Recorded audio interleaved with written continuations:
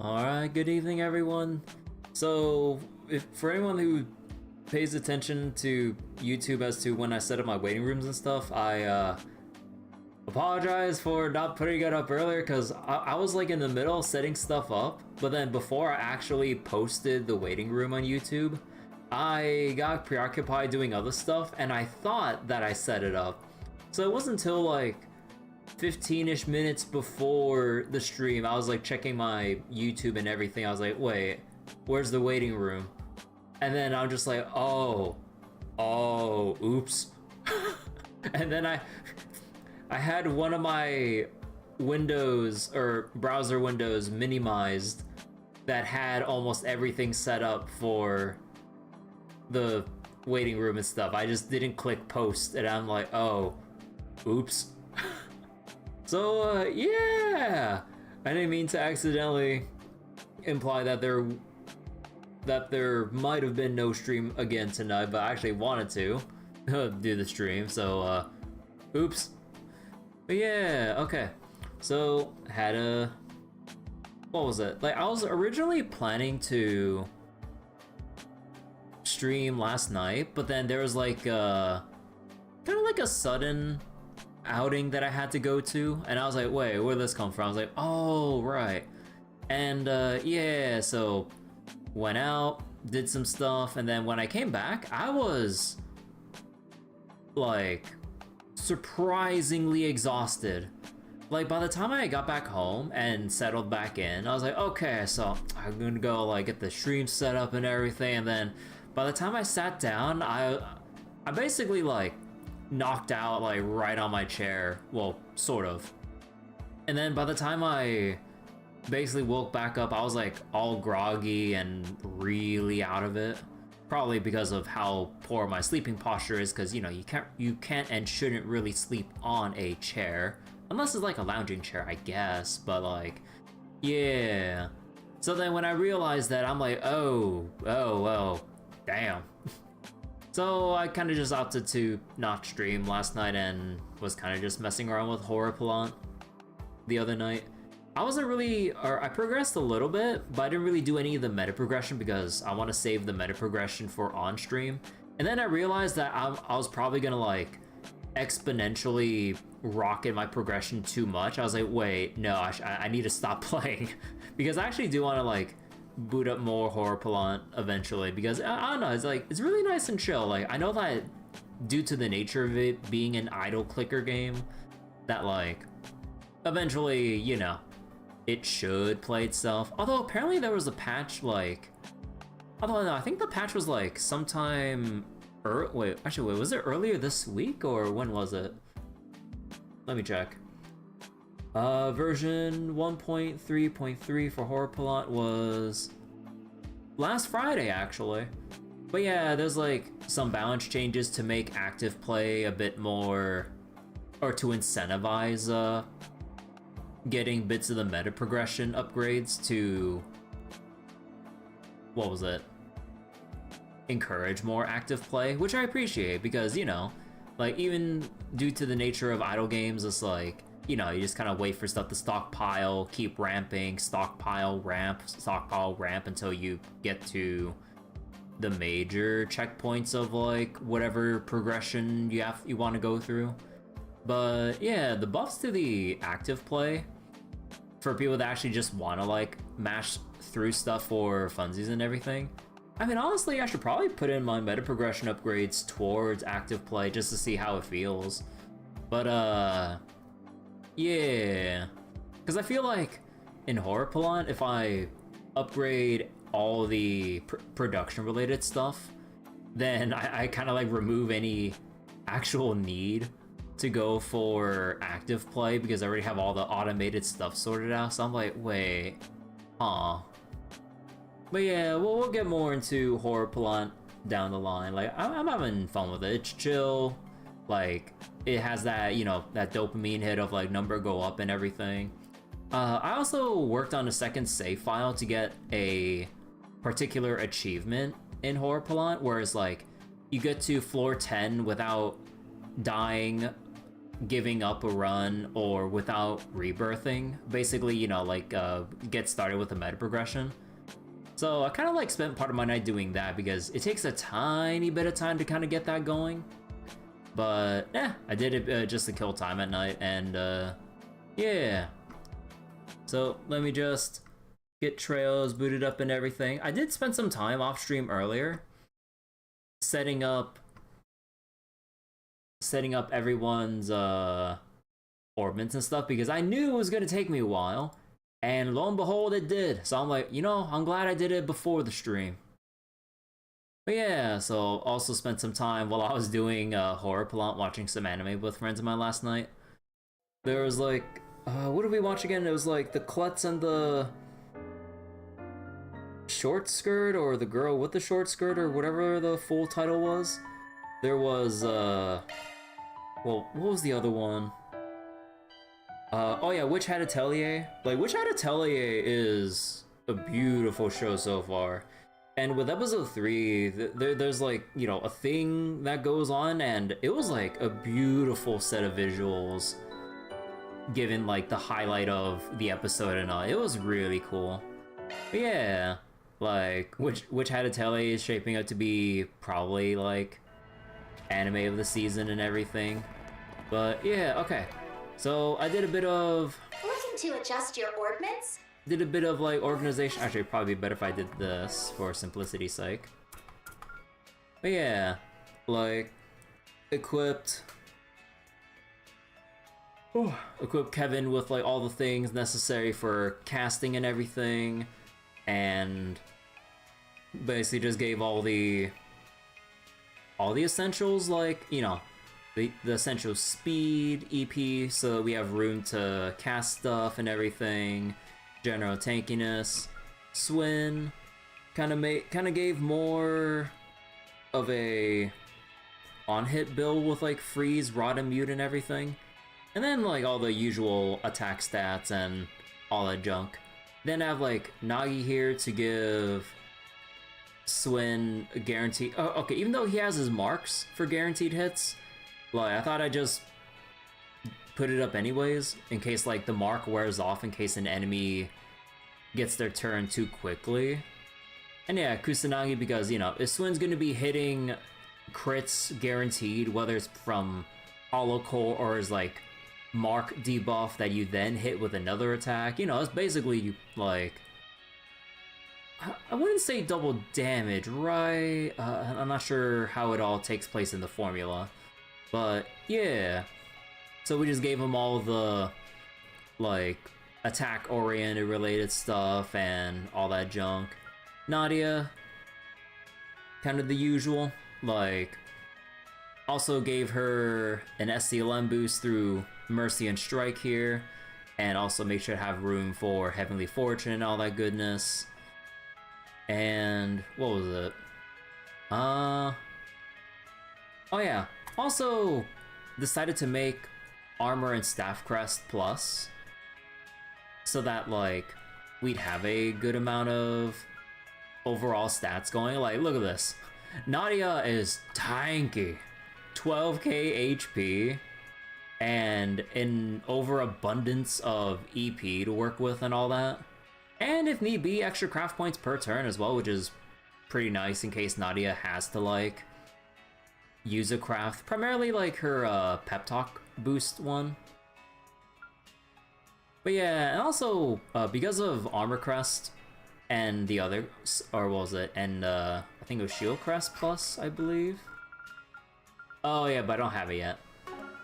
Like, because it gives debuff immunity, but not 100%, I basically just kind of like reasoned it out in my head. Shifting to maintenance mode. To just kind of go for all the other resistances that I really want to make sure that I can cover additively to 100%. So Fear, Mute, Seal, Freeze, adding it with debuff immunity from the accessory should equate to over 100% resistance. And yeah, like, Blind, not really gonna matter because we're gonna be casting. Burn is gonna suck if we deal with it, but it's not like it'll restrict us from doing anything. And I mean, Rot's here just because like I I had a free slot essentially, and I just wanted more physical defense, because I think like the bulk of our damage for the most part is going to be from physical attacks. The filler accessory when you don't know what to equip, pretty much. But yeah, how you doing, Mel?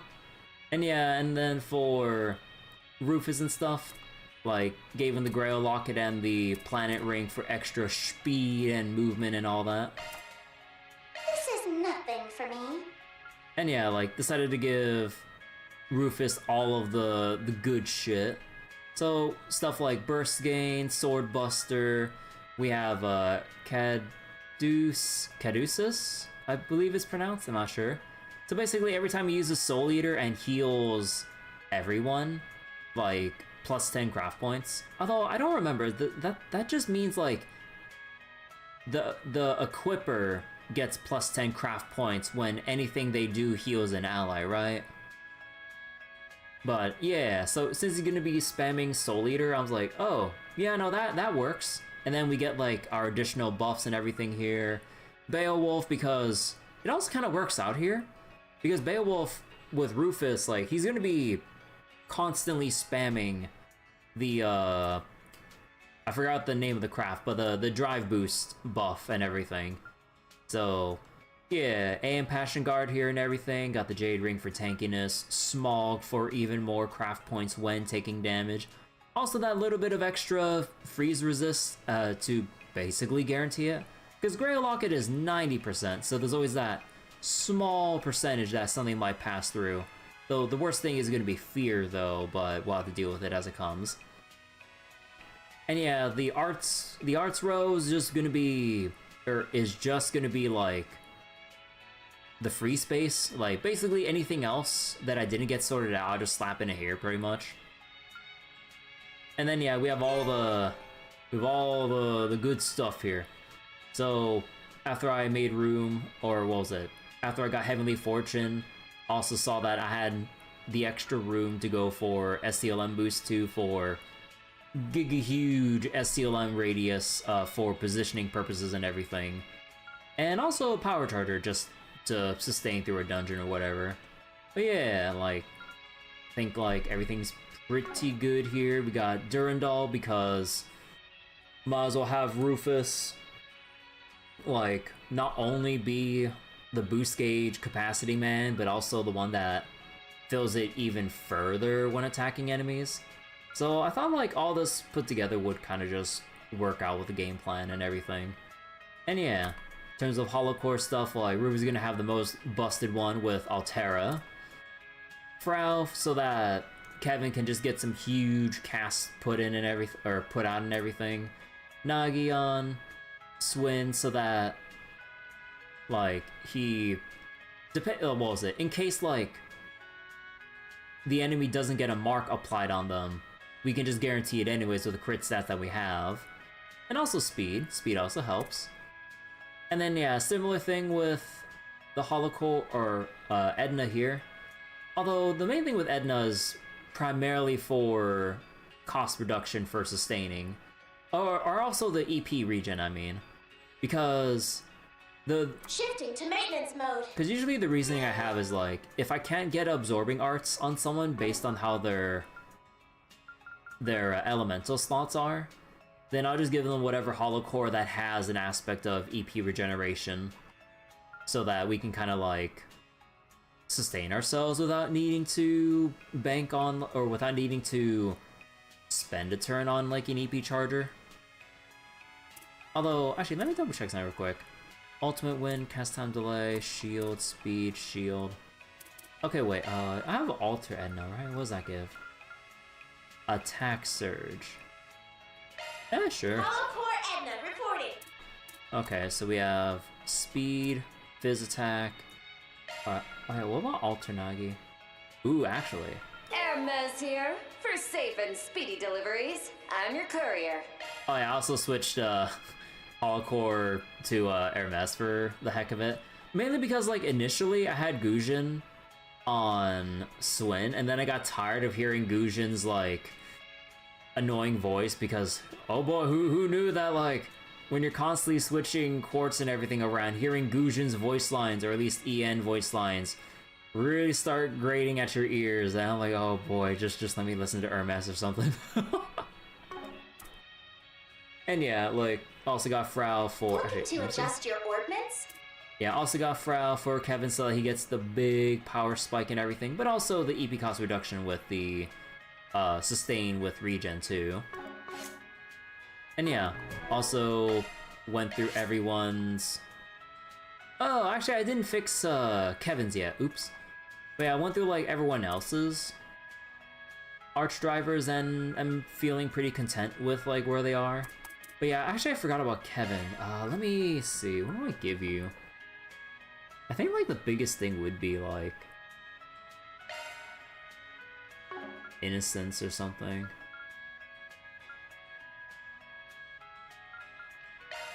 Arts driver updated. And we can replace Sophie Breath, I think. Also, you know what? Also put in Aerial Dust here. Frau with Whale, the game is over. Yeah, just need to find the actual whale for an actual arch driver, or I could just probably switch in Cetus Phantasma and just roll with it. But let's see, what am I missing here? 1, 2, 3, 4, 5. I need like something fire related. Actually, hold on. I'm gonna do a little reorganization with my stuff here. So in terms of Earth, we can have Thanatos Jail. In terms of fire, I mean, Phoenix, Divine Phoenix is alright. Then we'll have Gravity, Nebulous. Okay, I think that's everything, right? Wind, Earth, Time, Mirage, Water, Fire, Space. But in case, like, we need an actual thing here. Regulus Caliber. Mainly for the hit count, if I remember correctly, because Divine Phoenix doesn't have that much hit to it. So, okay, so I think I got all of my big hitters and elemental coverage sorted. Well, with the exception of, like, Aerial Dust. But now that I think about it, Aerial Dust with Frau should probably give it, like, pretty good damage per turn, because low cast time and delay relatively to all the big Chungus spells that we got here, or arts we got here. And it's, like, super low cost, too. Actually, it should work out. Looking to adjust your ordnance? And we have Oracle as well, just so that we have bigger AoE size.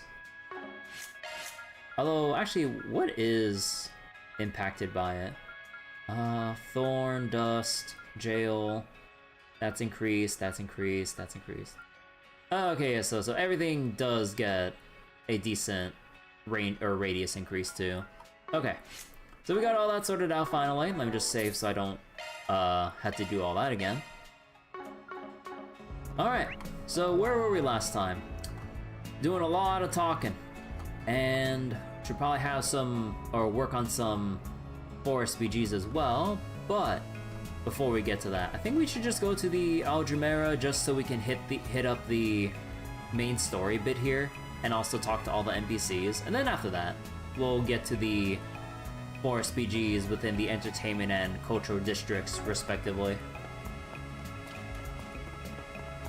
Okay, got all that sorted. Let's get going.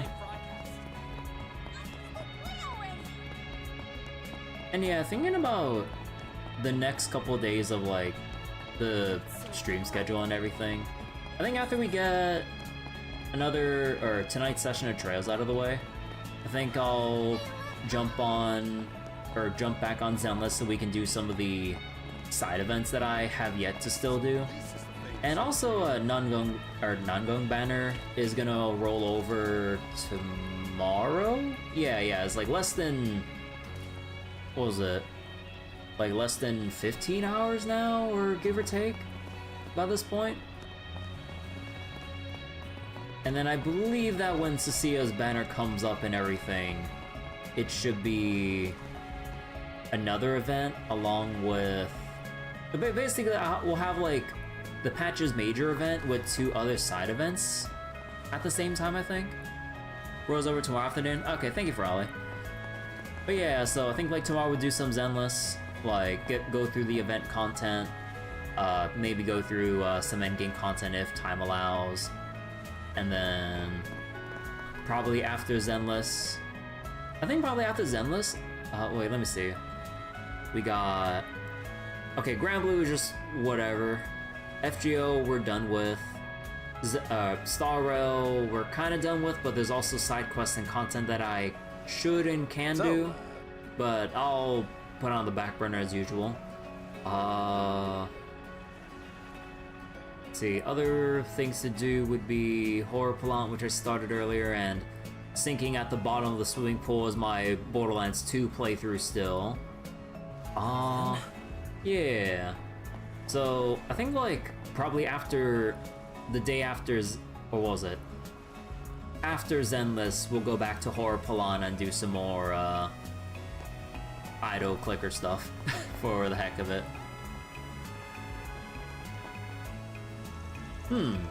Princess Zita asked me to give you all a message. She would like to speak with you. If you could, please proceed to the 2nd floor. Actually, wait. Come out wherever Is there you any, are. No.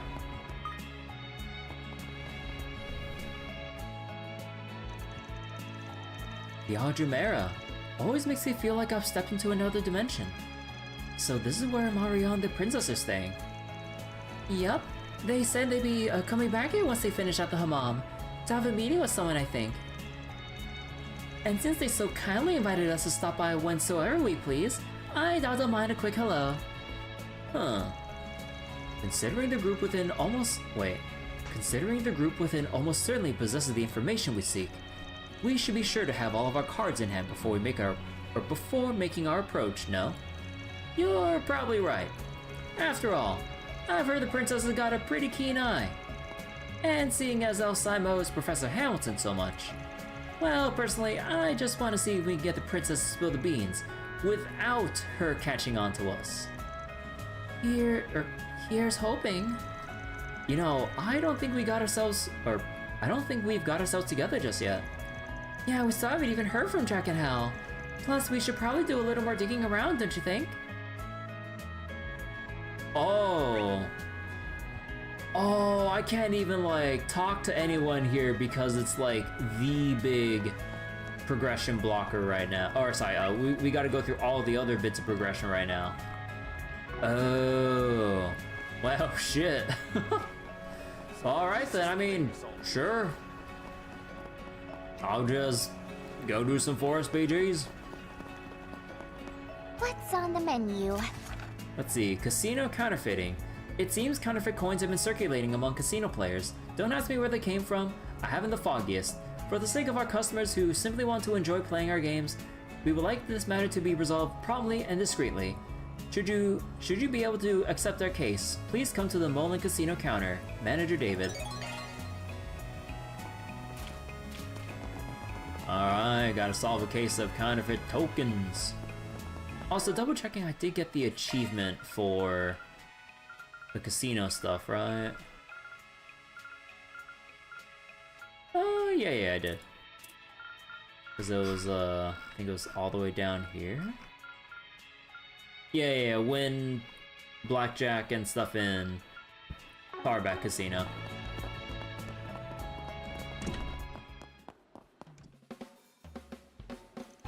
Excuse me, are we right to assume you posted a request on the bulletin board recently?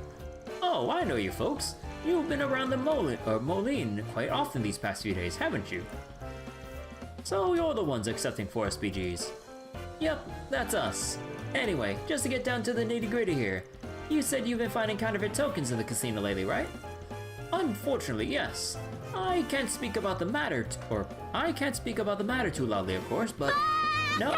Wow, I'm in the middle of reading something right now. Nah, just kidding. Hey, Abda, how you doing?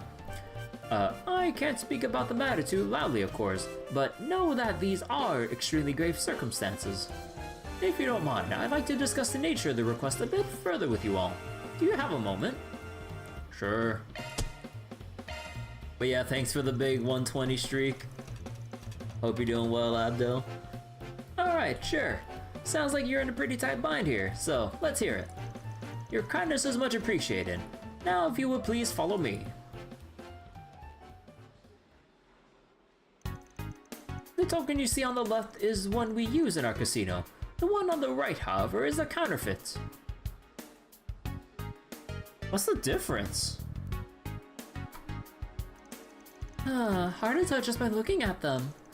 Are you sure it's actually a fake? When we showed it to an appraiser, we found a difference in design that could be attributed to a miscalculation in measurement during manufacturing. They were also able to determine that, due to the impurities the counterfeits contain, they're slightly heavier than their authentic counterparts.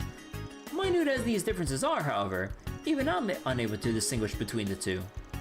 And neither can our dealers, unfortunately, which has resulted in these counterfeits being used in our slot machines. Now they're mixed in with the real tokens, huh? And they're circulating the casino? The fact that they created counterfeit tokens rather than counterfeit mirror likely means they were concerned about authorities taking notice. One you can eat? Oh no. Frankly, I applaud their forethought on the matter. Not the time, Rufus. Anyway, I'm assuming most of your guests are completely clueless about this whole thing. That's correct, yes, and that's why we've so far been unable to detect where exactly the counterfeits are coming from. Perhaps if we found a way to identify them at a glance, we could limit their use, but as it stands, it's a bit difficult to explain the matter to our customers, so the casino has simply had to absorb the loss in profit. Truthfully, a further influx of these counterfeits in the future might just affect our ability to operate outright. Alright, think we've got a general sense of the situation now. We'll do some investigating to see if we can suss anything out. Luckily, I've got just the connections for the job. Oh, those gamblers, right? If anyone knows anything about casinos, it's probably those two. It's probably a bit too early for us to meet up, but it should be fine to give them a quick call at least, right? I'd say so. Mind if we take this token with us? Oh, by all means. And again, thank you very much for your attention to the issue. Well then. You know that's not the counterfeit, right?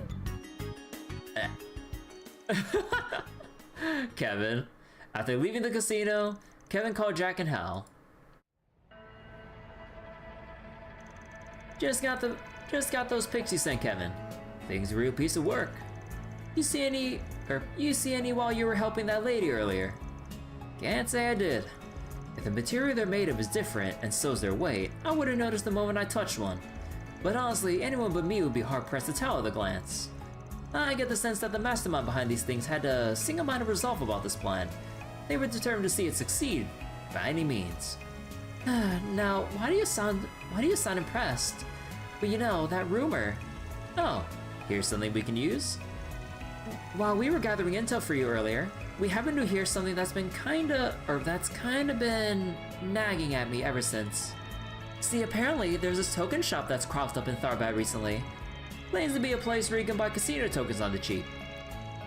They change their location pretty frequently though, and they only sell to people who've heard about them on the open net. Didn't seem relevant to what we were looking for at the time, so we didn't pay much mind, but maybe, no, there's no question about it. They've got to be the ones we're looking for, right? A counterfeit token shop, huh? Well, can't imagine anyone else would fit the bill. And if they really are spreading rumors about themselves on the open net, tracking them down will be a piece of cake. Would you two happen to know the latest rumor about the shop's location? Well, according to what was supposedly posted by them this morning, look for where all the hubbub's happening in the entertainment district. Find me, and you'll be in for some maximum deals. Maximum deals? Interesting end. Probably talking about... Looks like you figured it out already. Well, I guess I'll let the issue fee slide just as once. Anyway, we still got some business to take care of, so good luck with the rest, alright? Thanks, you two. See you later. If the rumor hasn't making the rounds since this morning, it may be best for us to hurry. Right, let's catch those crooks. Then we can force them to teach us how to make counterfeits of our own. Really? Come on, kids. Let's get searching. We'll sort this Forest PG out in no time. Did someone say maximum?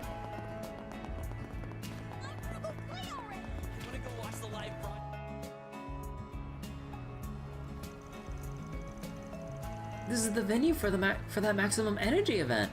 Could the shop be around here? Maybe they're using all the commotion as cover. Yeah, feels like we're onto something. 1, 2, 3. Yes, 8,000 Mira exactly. Oh my god! It's this hecking old lady again! Alright. Or, wait, no, isn't she still in... Actually, I don't remember. Alright, here you are. 1,000 tokens. Thanks for doing business, young man. Nice, but maybe I bought too many. Well, at least I got them at a discount. I mean, 8,000 Mira each instead of the usual 10? You know, actually though, I thought taking these out of the casino was prohibited, so how did... Hehe, afraid that's a trade secret, kiddo.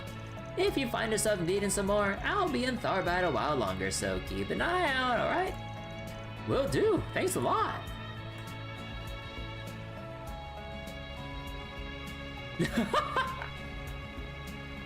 I love how they all opened their eyes one by one as he passed by everyone here. Like, if y'all notice, like, one by one, Nadia, Swin in that order, like, opened their eyes. Is she the token shop? I didn't think the person in charge would be an old lady. What's wrong, you two? Well, why am I getting this weird feeling? Of deja vu? I suggest we investigate the tokens that young man purchased. Let's split up then. Rufus, Lapis, come with me to talk to the guy. As for you two, can I count on you to track down that old lady? Imagine she's got a base in the area where she keeps her stock. Can you find out where it is for us? Can't afford to lose sight of her right now. Sure, no sweat. Heh, we're all over it. Good luck, you two. Let's rendezvous at a later time.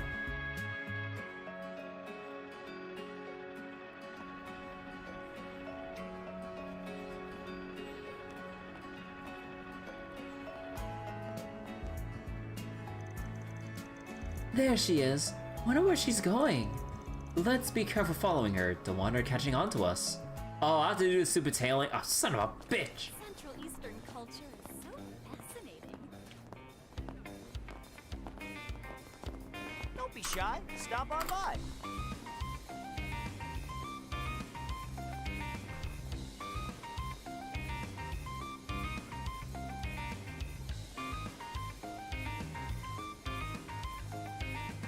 This market's got everything.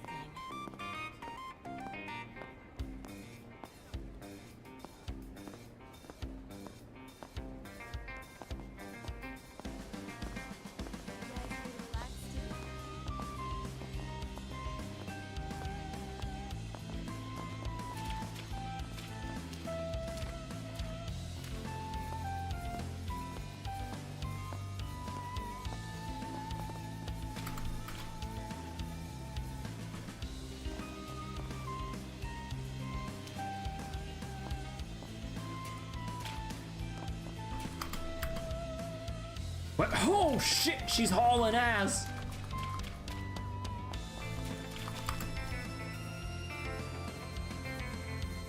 A 10 mirror coin, the goddess is really looking out for me. Oh my god.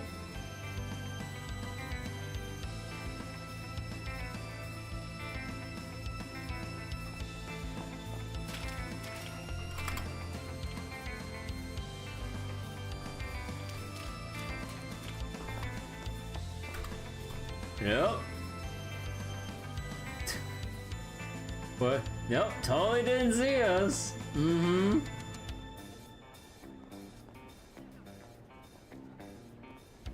Nadia's not even using stealth shards.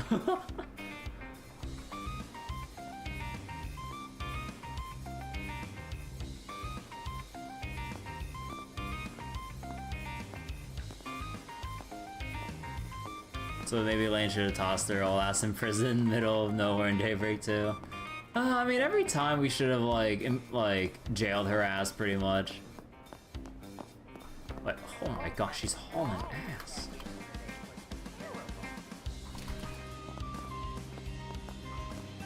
What? Oh.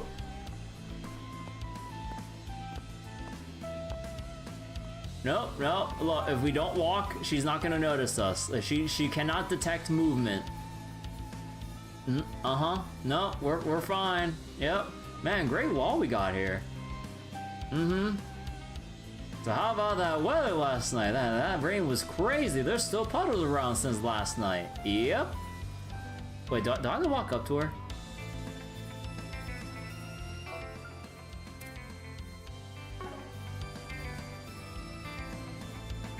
Wait. Do I really have to approach her, or do I have to hide?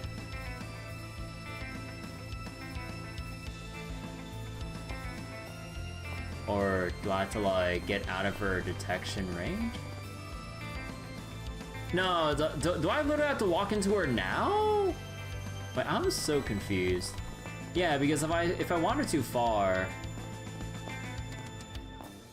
What, then I have to, like... I guess I have to just approach her now, right?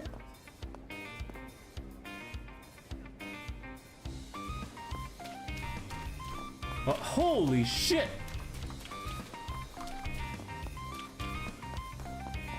Get your spices here. Holy shit, she's so fast!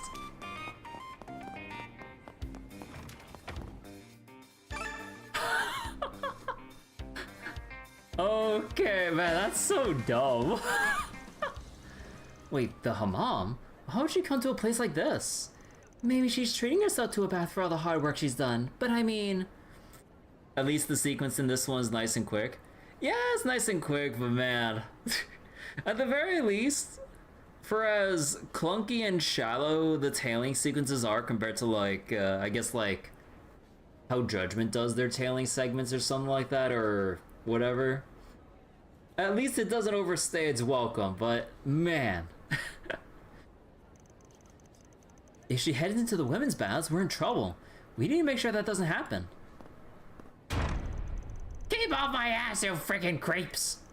You want to chase tails so badly, go to the strip club! What? That voice, no doubt about it. You're that old con artist crony.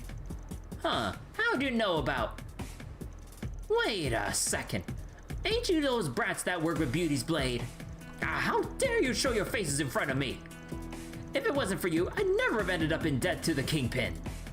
Well, you reap what you sow. You should have just trashed those fake T-phones in the first... Tisk, tisk, tisk. Have a little sympathy for the elderly, would you? Goodness gracious. If all young people nowadays are like you two, the Republic's in for a dire future. I tell you, the goddess must be heartbroken. Hey Urban, how you doing? Where's your hide and seek in Star Rail? Oh god. Seriously, you're bringing out the goddess now? Can't believe this lady.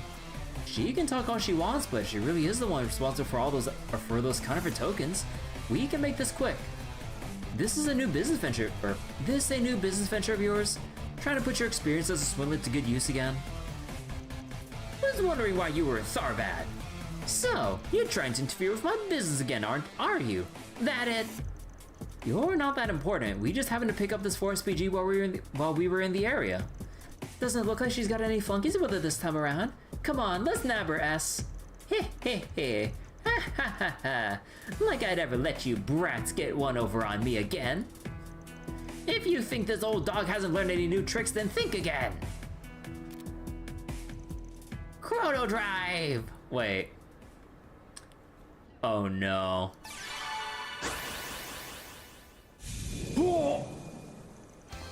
What? Why couldn't we move?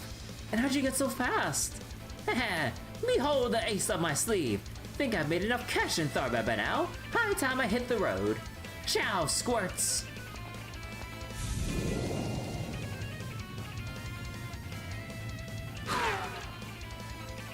What was that? Divine Wind? Actually, I think it was that old lady we saw earlier. Kevin, sorry, but we screwed up. Can't believe she had a Sypha, and with a freaking speed oh wait. Can't believe she had a Sypha, and with a freaking speed enhancer no less. What the heck are you talking about? You can explain the situation once you've taken a deep breath, you two. We'll catch her soon enough. Chrono down would have been good.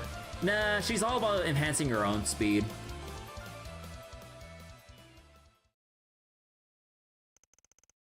Sonic the Grandmother.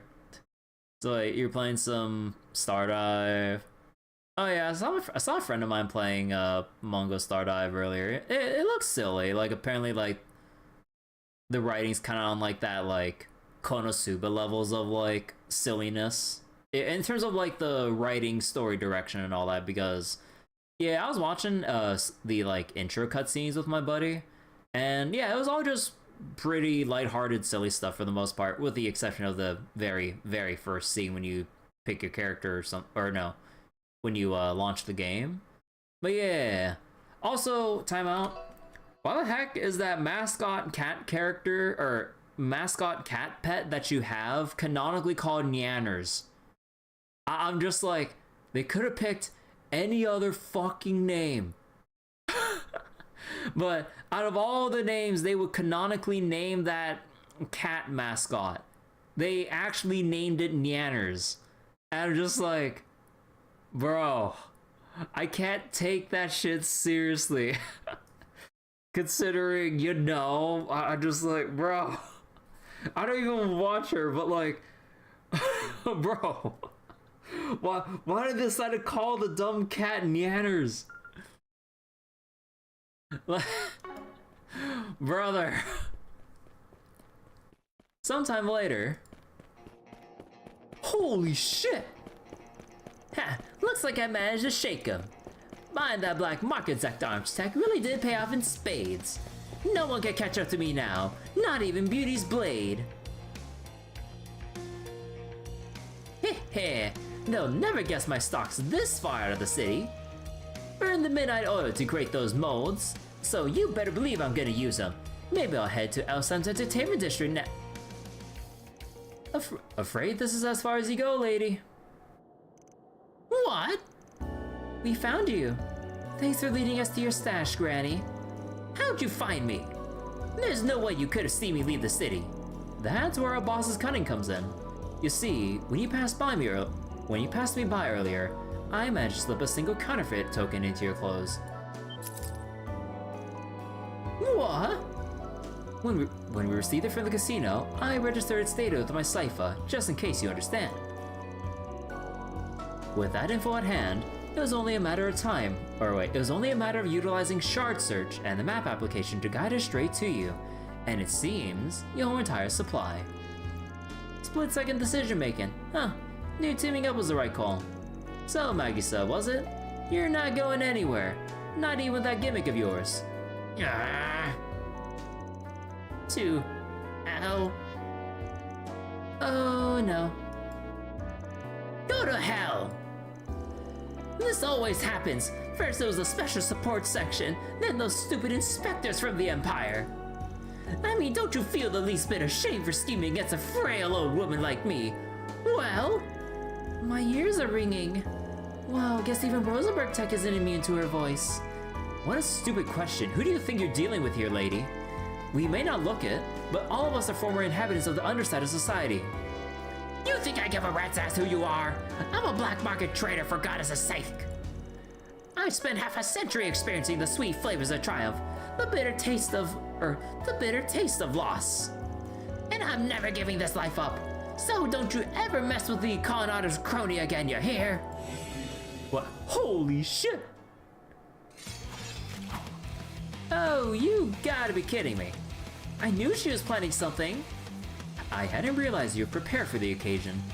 Just a few more Zect Arms products for the black market. Now, don't screw this up, bots. I refuse to lose. Come on, let's end this. Allow me. Bruh. Got something to hide? Okay, oh, they're all... Press it.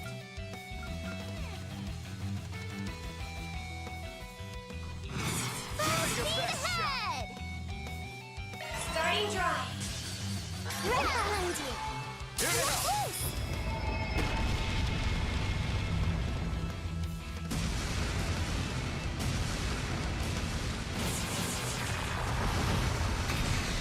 The jig is up!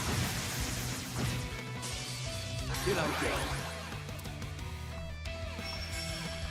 Actuating. Got this in the bag!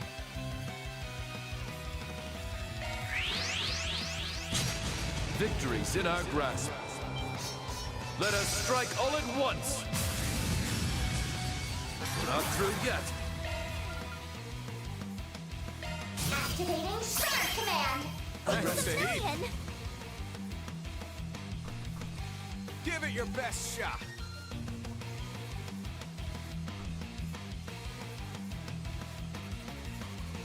We got this in the bag! Oh, is that like the limit of where I can go Doing here? good. Okay, now there we go. Do it to it! Forward. Bleed through. Thanks, Zita. Brilliant! Try and reach me. Grab it. COC activate. Initiating drive. Right behind you! There you go!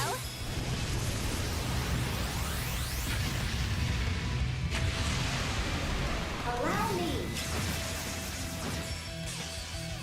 Let's do this.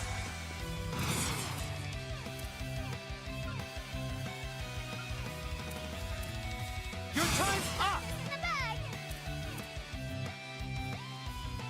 Got Do it. it to it! Chrono, blast!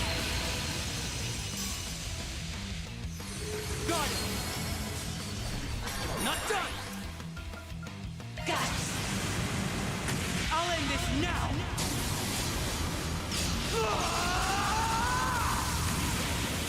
Cross. Cypher. There goes the boost stage test. Cross Cipher 2? Ooh!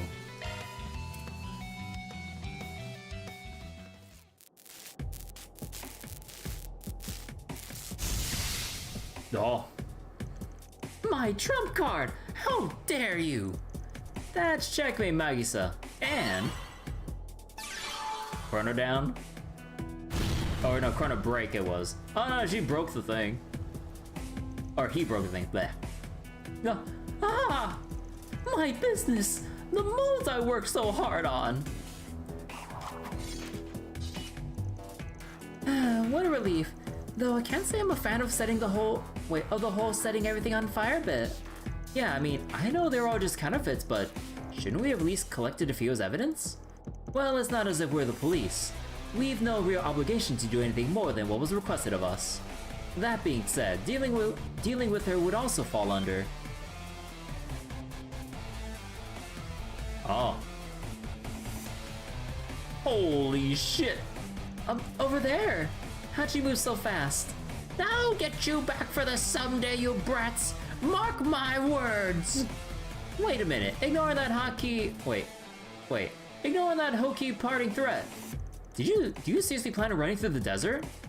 Of course I do. Remember what I said before. As long as there's ground beneath my feet, there'll always be somewhere for me to run. Over in the east, I'll even run to the very ends of the world. Remember this, scum. The way of the counterfeiter will never die.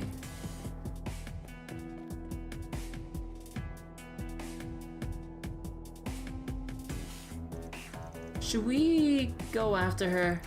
Seeing as we still got more important business to take care of, I'm gonna say no. Yeah, like, send her to space. Nah, she'll start her galactic conquest of counterfeiting goods in space. Plus, if she keeps heading straight, she'll make it to the capital, where Arkwright will deal with it. Probably. Oh, is this what they call passing the buck? Honestly, even if we did catch her, she'd probably just escape again. And anyway, if she really does end up running through the desert, I doubt we'll have to worry about her ever again. I wouldn't be so sure. After all, it seems she truly is, as the kids say, the real deal. Ironic, considering she's the purveyor of counterfeit goods. Alright, no need to be such a wise guy.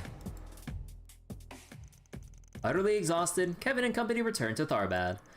They then made their way to the Moline, where they reported what they had learned of the situation to their client.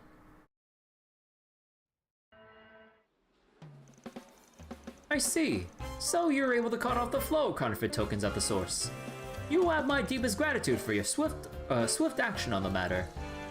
It was a piece of cake. Took a lot out of us though. But even though there won't be any more counterfeit tokens coming into the casino, hundreds have already been mixed in with the authentic ones, right? We spoke with a young man who bought counterfeits from the culprit earlier. He gave us a few samples to use as references.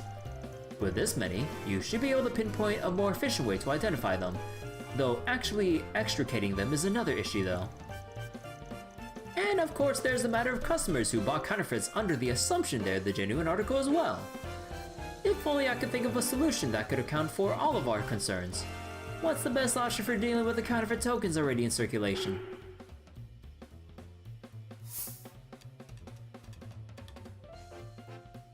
Have the fakes turned in or leave them in circulation? Oh.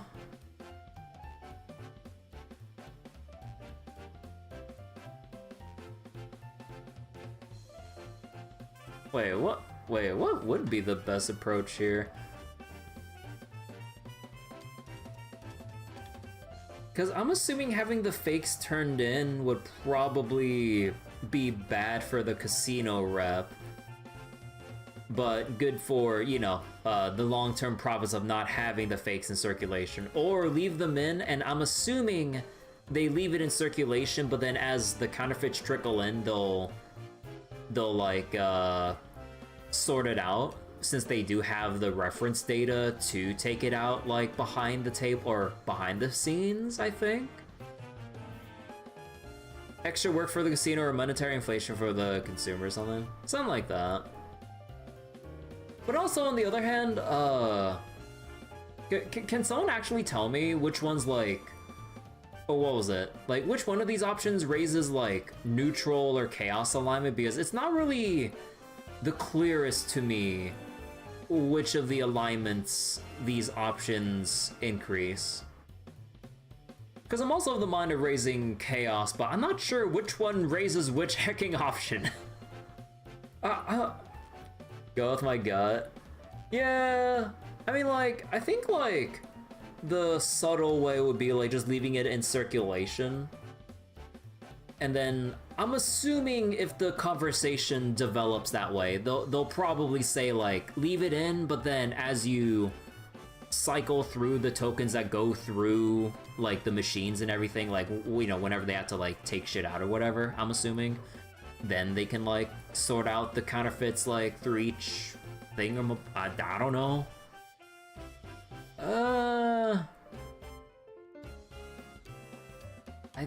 Yeah, I guess leave it in? Not sure this is the best suggestion, but why not treat the counterfeit tokens as real ones too? That way you can keep them in circulation. That's a bit, actually, you may be onto something. After all, as is evidenced by the fact that most customers have remained unaware of the issue at hand, the tokens are nearly identical. Look, the source has been eradicated. No more fakes are getting added to the pool anytime soon. If your policy is to avoid burdening your customers at all, I think my suggestion might be the most efficient solution for everyone involved. Oh, that's a great idea. And the staff members don't. And if the staff members don't say anything, everyone will be none the wiser. I see. So a bit of deception will be at play. An unorthodox solution to be sure, but perhaps we'll think on it further. Okay, so it wasn't like the full. Okay, so it's just straight up like leave it and don't really bother fixing the issue or fixing like the actual counterfeits. Oh, okay, because I thought like they like add an extra part of the solution of like leave it in, but then, you know, when they have to deal with, you know, whatever back end stuff in the casino, then they'll sort it out there or something. No, I like, okay. No way to please everyone, but that's just how Forest PGs go, I guess. There's not going to be a right answer here, you know? So as long as you're satisfied, that's all that matters. Yes, perhaps you're right, young lady. Thank you for your help today, everyone. And please, feel free to continue enjoying our casino to your heart's content during your stay here in Tharbad. Passing marks, I suppose. Okay, yeah, I was like overthinking like how far they were going to go with that method. Oh well. Are just rewards. No, that's great! Fuck! Although I guess like turn in would be the law option then, right? No, wait. Oh, actually, would that like increase like every single alignment then? Because like, when you first accept the Forest PG, it says Gray and Chaos, but turn in sounds like a law option, right? So would it increase like all three then? That'd be interesting. Because like, I don't think we've ever seen a Forest PG result increase all three alignments at the exact same time. But yeah, no, that is kind of a gray area option, yeah, like, turn in would be the lawful thing to do, even if it might be that, like, reputational hit of raising awareness that there are counterfeits in circulation, so, I don't know. Thank you so much for your help today, everyone. We'll need to discuss the counterfeit tokens later, including how to prevent a repeat. But for now, please feel free to enjoy our casino during your stay.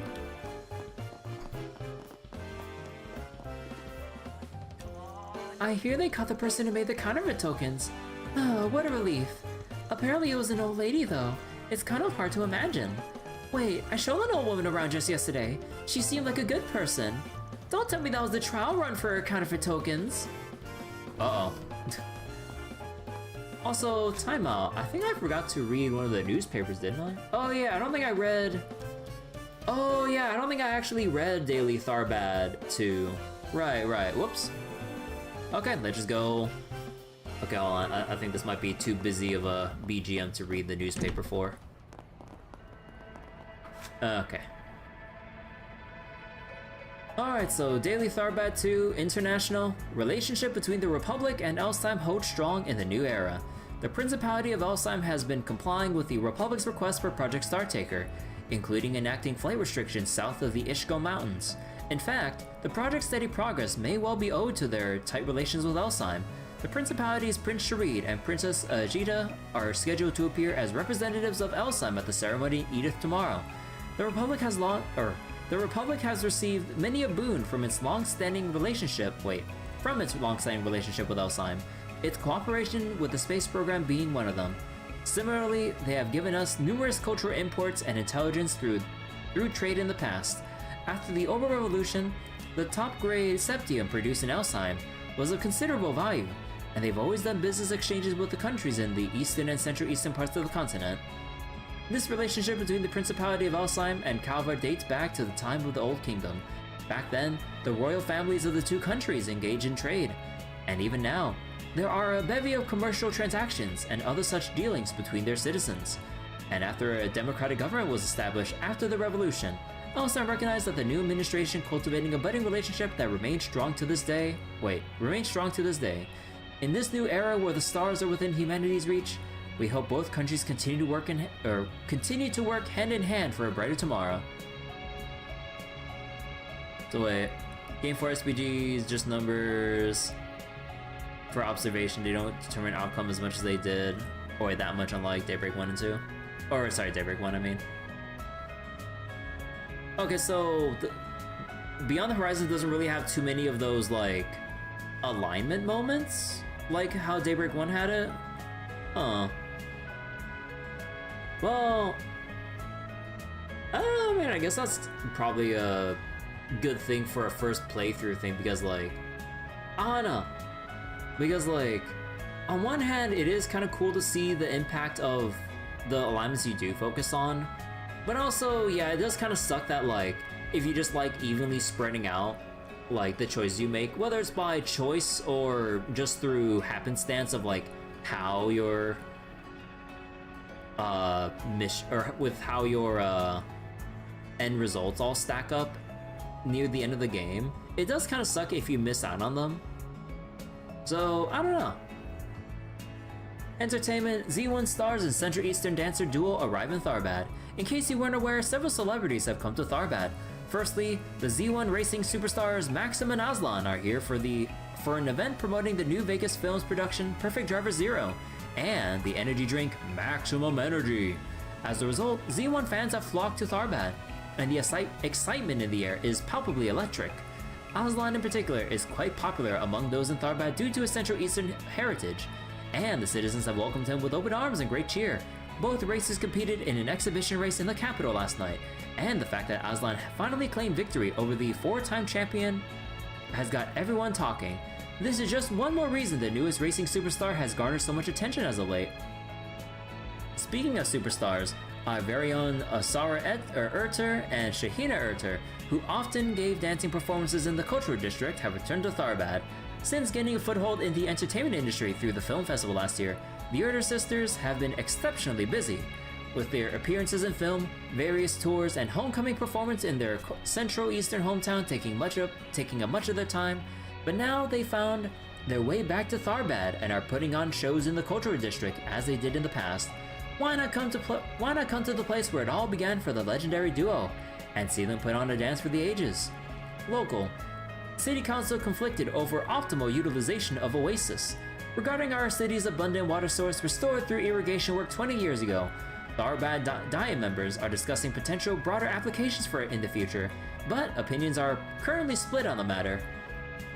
Diet members who underscore the importance of Tharbad's development as a tourist city have proposed opening the Oasis to the public for leisure activities like water sports, and others are lobbying for the development of large-scale fruit farms by utilizing water sources for irrigation. On the other hand, conservatives with a base of supporters in the cultural district are opposed to such commercial uses, favoring the preservation of the environment with the conservation of water resources for the future. As of now, no agreement nor compromise has been reached, but the city council is considering holding a public vote, should time and circumstances permit it. Ooh, oh yeah, also, I need to do the gourmet thing real quick, hold on. Did I do everything in this one? Not yet. Alright. This one's getting posted. Cheese foam frap. The cheese foam adds the perfect hint of sweet, plus a mellowness that kicks up a notch once the ice melts. It's fresh in a totally different way from the fruit-based frap. And white caramel pudding. All right, I'll put it on the blog. Thank you, Van. Alright, this rich creamy pudding is made with ample amounts of milk and just enough caramel for a delicate sweetness.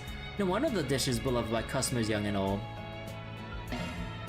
So wait, like in Reroute, they're fixed, which makes sense for M. Kevin.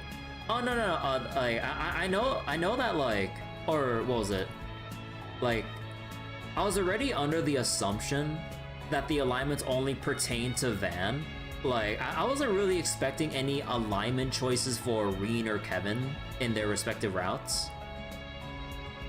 But yeah, so do you mean that that Van still has those like level 5 alignment moments then that you would like to see if you max it out in the first playthrough? Cause yeah, like I was already under the assumption, cause you know, because this is supposed to be, you know, centered around Van and Arkwright Solutions and stuff, that's where the alignment choices kick in. Like I wasn't really asking like if the alignments would alter anything for Kevin or Reen's route specifically. So yeah.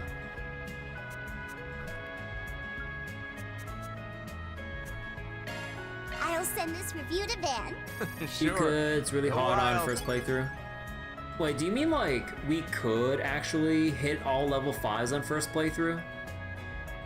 Cause that would be crazy. But like I thought like I thought I heard from you guys that like it was just like the previous games where you can max out 2 out of 3 or evenly spread it through all 3 alignments. Not all 3, but mostly 2. Oh, okay, so yeah. So just like how it's been laid out in the previous Daybreak games and everything.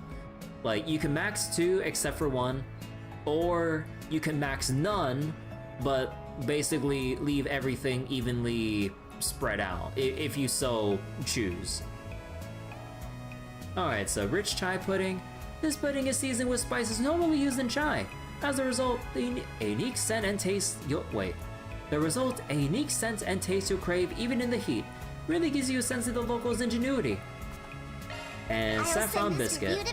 Sure, go ahead. Alright, so popular confection from Monier's that gives off a tantalizing saffron aroma. These bright yellow cookies have a saffron scent that whets the appetite. They're filling and non-perishable, so a good choice to use as rations, or grab with a pal on the way home.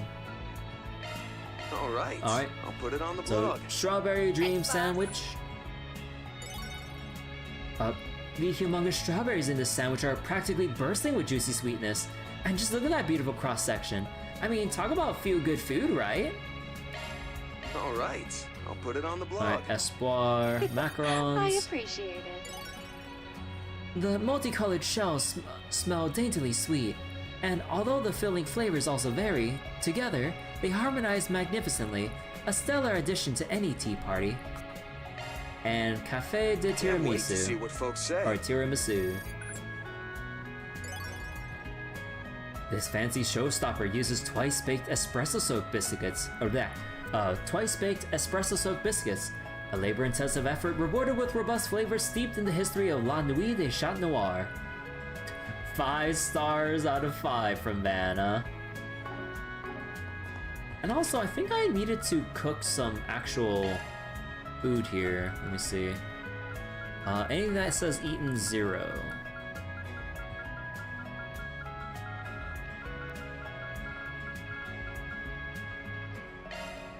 Feeding the hungry's what I do. If you want seconds, just say the word. I can try. Wait, raisin potato salad, a salad specially made by Swin for Nadia, who despises vegetables? Oh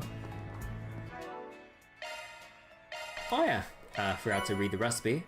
For Rufus, Noble Alexander. Man, that sounds like some bougie ass dessert there, Rufus. Holy crap, I'm fitting, given like how he carries himself, but sweet, stately drink made courtesy of Rufus and his diverse palate for alcohol. Huh. Kitchen duty. Very well. I believe this should be sufficient. Alright, let's just go eat through all of them just so I can Thanks for the grub. raise the gourmet Thanks rank. for the grub. Thanks for the grub. Wow, this is incredible. Sugary goodness! Sharing meals together is quite nice. That's the way it goes.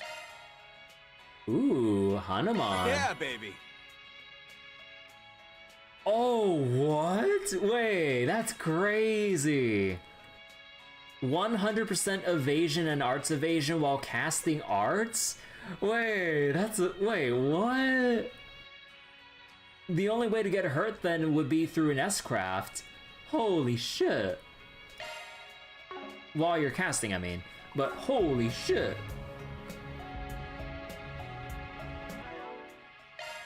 Looking to adjust your ordnance? Need a tune-up? I'm all. That's a Wait, single let me see. element slot. 7 wind, 5 time. 7 wind, 5 time. Shifting to maintenance mode.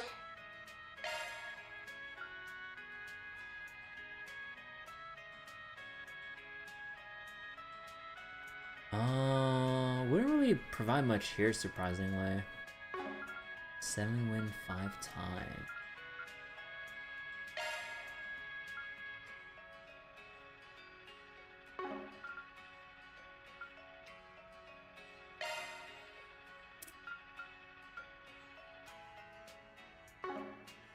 This is nothing for me.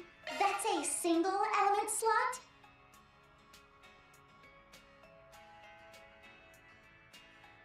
Yeah, no, the passive effect will be a waste, so I don't want to do that. Shifting to maintenance mode. 7 wind, 5 time. Yeah, that'd only be barrage on the arts here. 7 Wind 5 times. Like, we already have our stuff here. 5 times. Like, Avenging Arrow's not really... Nah.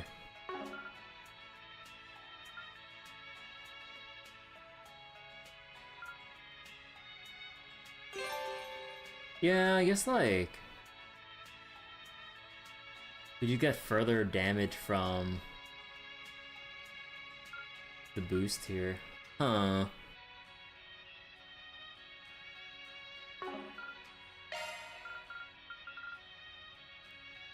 Skills modified.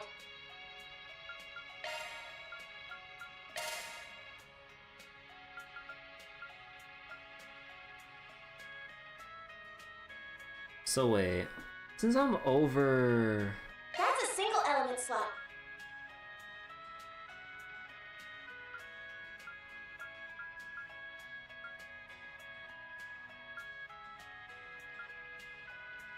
So Mind Buster. So I'll lose Mind Buster if I take this out.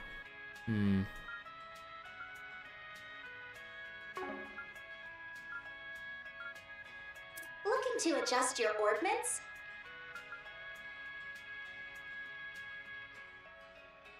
Five times. 7 wind. Shifting to Yeah, I maintenance guess I'll mode. just leave it like that. Cool. And oh wait, let me see here. Sweets. Oh yeah. There's some other food I forgot about here. I'll send this review to Van. I'll Alright. leave the rest Rich to you. Mofita. This luxury chocolate is made from camel milk and raw cocoa. I'd venture to call its flavor distinguished, the sort that even one in Erebonian high society seldom encounters. Ooh. I'll send this review to Van. Van's gonna be so stoked. Super sweet mango gelato. This stuff is never go back levels of sugary, but with a full flavor kick of melty mangoey sweetness. As sweet as me and my partner. As sweet as me and my partner though, I wouldn't be so sure. Okay. I'll send this review to Van. Alright, Esmelas Mousse. This creamy filling mousse owes a success to the pistachio, which provides both a unique flavor and texture. Wouldn't that I could eat their whole inventory. I mean, you definitely would if you had the money.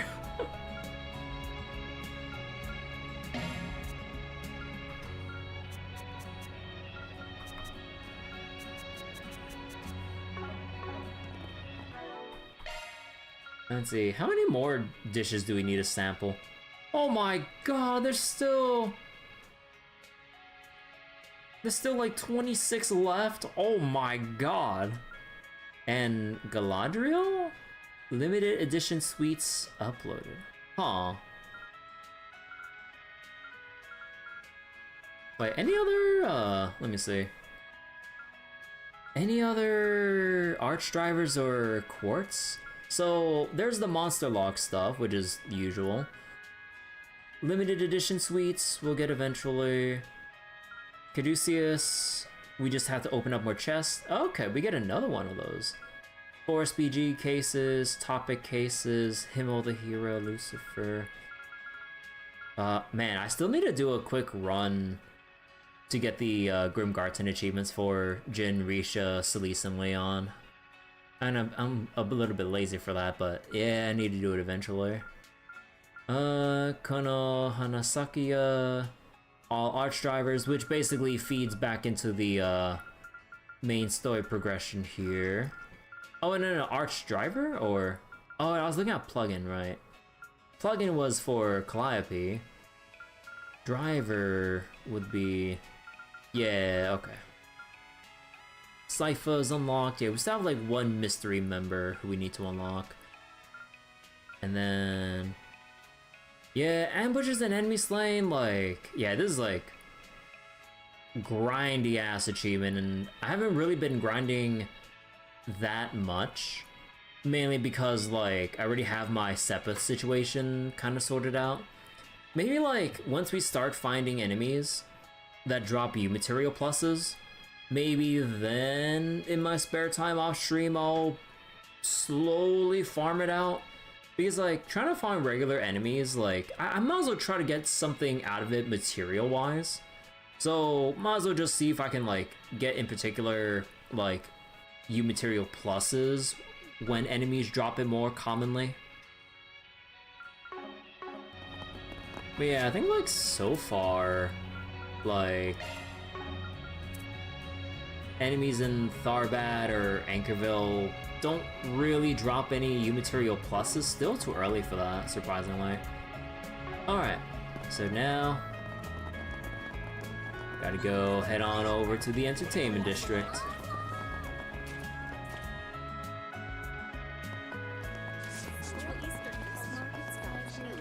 Oh wait, did I say entertainment district? I meant cultural. Bleh. What's it got for us? Righteous Thief spoils. Have you ever heard of the righteous thief, Arons, who once made this very district into his prowling grounds? Well, I have a clue regarding the location of the treasure he left behind. Interested in a treasure hunt? Then come to the cultural district's back alleys. I'll tell you more about it there. Fatih. Looks like there's another one. Waterway Bounty. According to recent intel, dangerous monsters, the Hecate sisters, the Hecate sisters, have been sighted in the underground waterways. We would greatly appreciate you taking care of this beast in the guild's stead.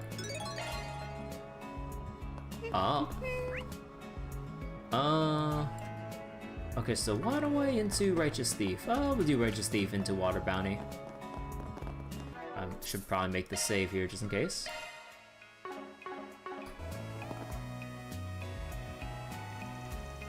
You're Fatih, right?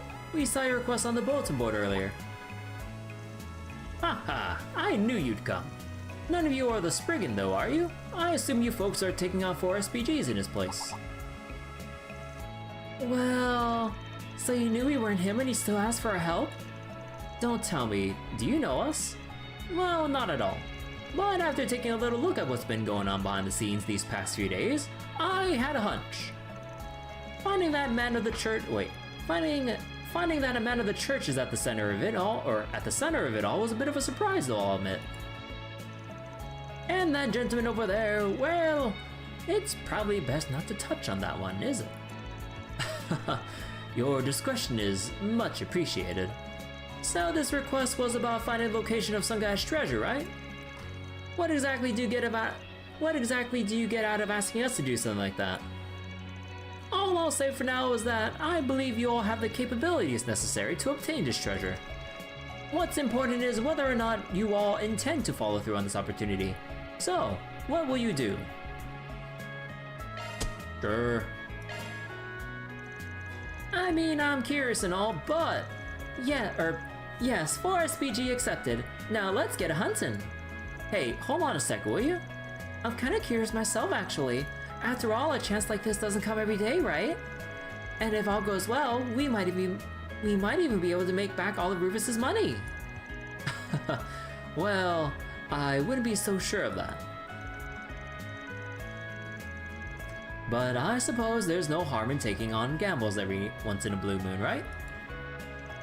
Alright, fine. We'll accept the request. We'll look for this Arons guy's treasure, or whatever it is. Aha! I knew you'd come around. So what kind of person was Arons? Yeah, I don't think I've ever heard of him before. Definitely not something we learned about at Armis. But judging from his name, I'm guessing it wasn't Central Eastern. I've heard of the man once or twice myself, and if I recall correctly, he was half Calvardian and half, El-Simi. I believe there's an old anecdote about his exploits in Tharbad. It claims he fought against a family who ruled the city with an iron fist. Indeed, though Arons was half Central Eastern, he was also a soldier of the Kingdom of Calvard.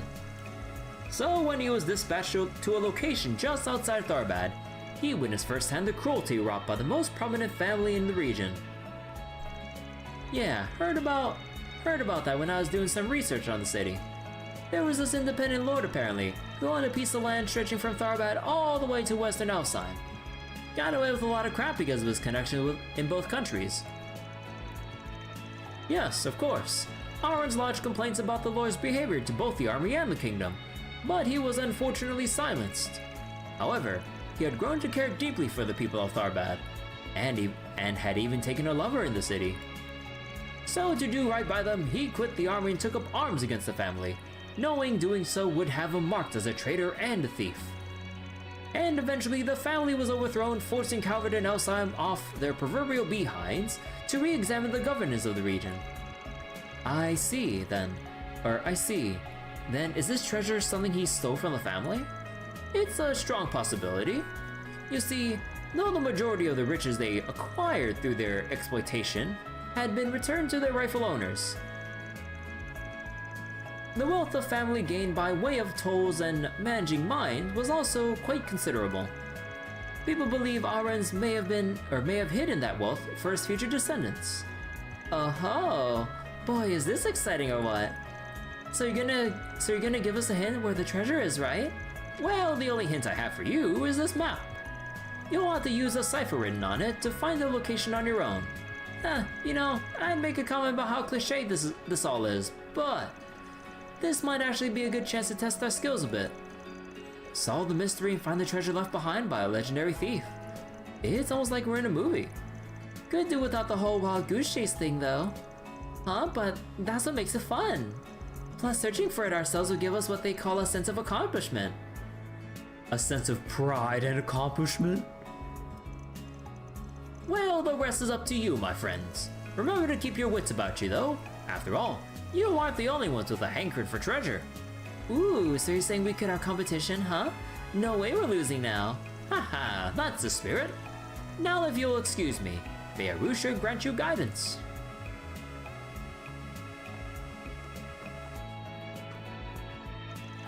His intentions still have you suspicious, do they? Got that right. I mean, why give this task to us instead of looking for the treasure himself? Plus, there's a whole thing about him doing his research before putting up his request. That said, it's not like I sensed any malice from the guy, but I don't know. Maybe he's hard to read.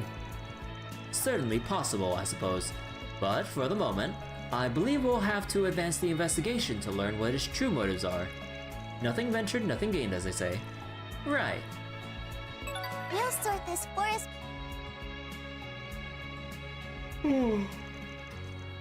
So, what's this a map of? Can't really tell, to be honest, but I do see that cipher he was talking about.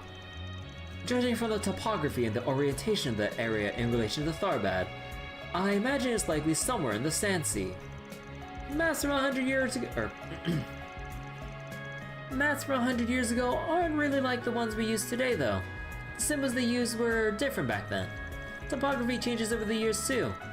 Gonna be pretty hard to find the treasure with just this to go off of. So we're gonna be taking a shot in the dark here, huh? Even with the map. Well, let's see. It says the first clue is hidden at the feet of the twins who support one another. Twins who support one another? What could that possibly mean?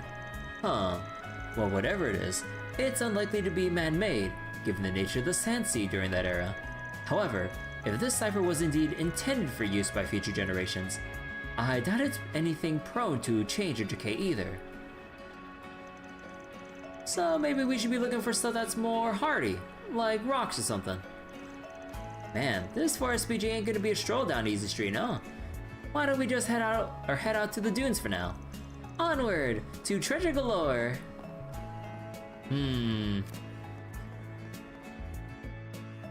They've been eavesdropping on us.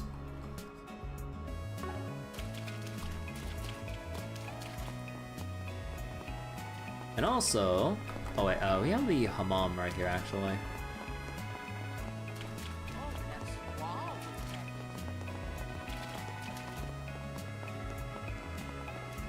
Welcome to Marjan Hammam. Are you entering?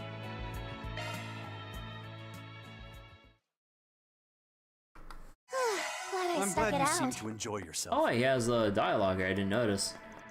Hey, you're back. I enjoy you guys. At least it's only hot here. In other parts of the Central East, they got the desertification to worry about. They say it's getting worse every year. We can't just pretend it's someone else's problem. They did say that one of the space program's goals was to determine the cause, but I'm not so sure. Alright, out to the sand sea. Hustle up, gang.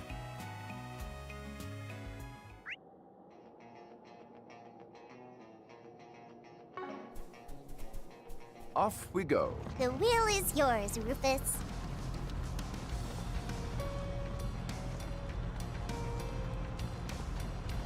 Where twins support one another, huh? Yeah. God, the handling on this thing is so rough.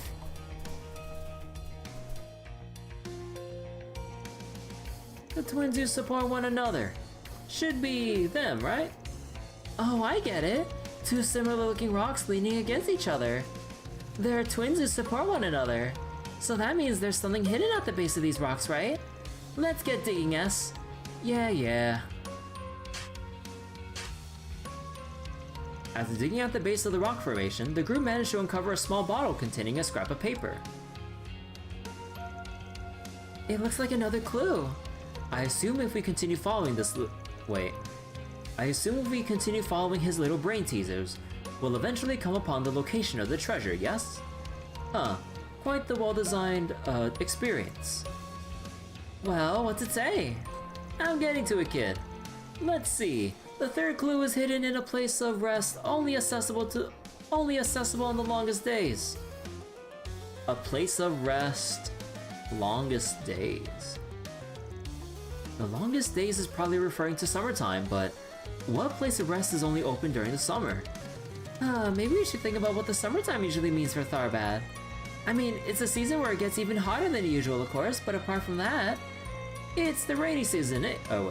It's the rainy season, isn't it? Come to think of it, there was that big storm yesterday, so I guess maybe it is the rainy season. That may be so, but a downpour like yesterday's was far from the usual occurrence. But at any rate, a place of rest that only appears in the sand sea during the rainy season. Are we starting to get the picture? Think so, yeah. It's... the cave? Oh, whoops. Oh yeah, there was this whole thing here. Off we go. Always wanted a chauffeur. I actually kind of forgot about that, like, little southern tip of the sand sea and everything. But I forget, we killed those enemies before, right? Yeah, okay. Off we go. The wheel is yours, Rufus.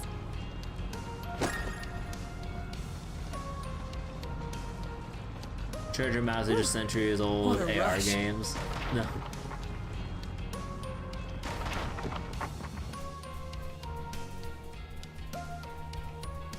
How about a shard search? A watering hole or an oasis. Either of the two would qualify as a place to rest in the desert after all. Don't think there's usually a watering hole here. At least not that I've heard. So this thing's shown up during the rainy season for the past 100 years, huh? Awfully reliable little thing. Oh, we don't have any more specific hints on where to start looking for the clue, do we? Because digging around the entire watering hole would be a huge pain in the butt. Might be cheating, but I think I'm gonna rely on some tech for this one. Oh, looks like it's the only place the man-made object could be buried is over there. Alright, let's start digging. You're really getting into this, huh, S? Kinda feels like I'm starting to rub off on you. That's so adorable.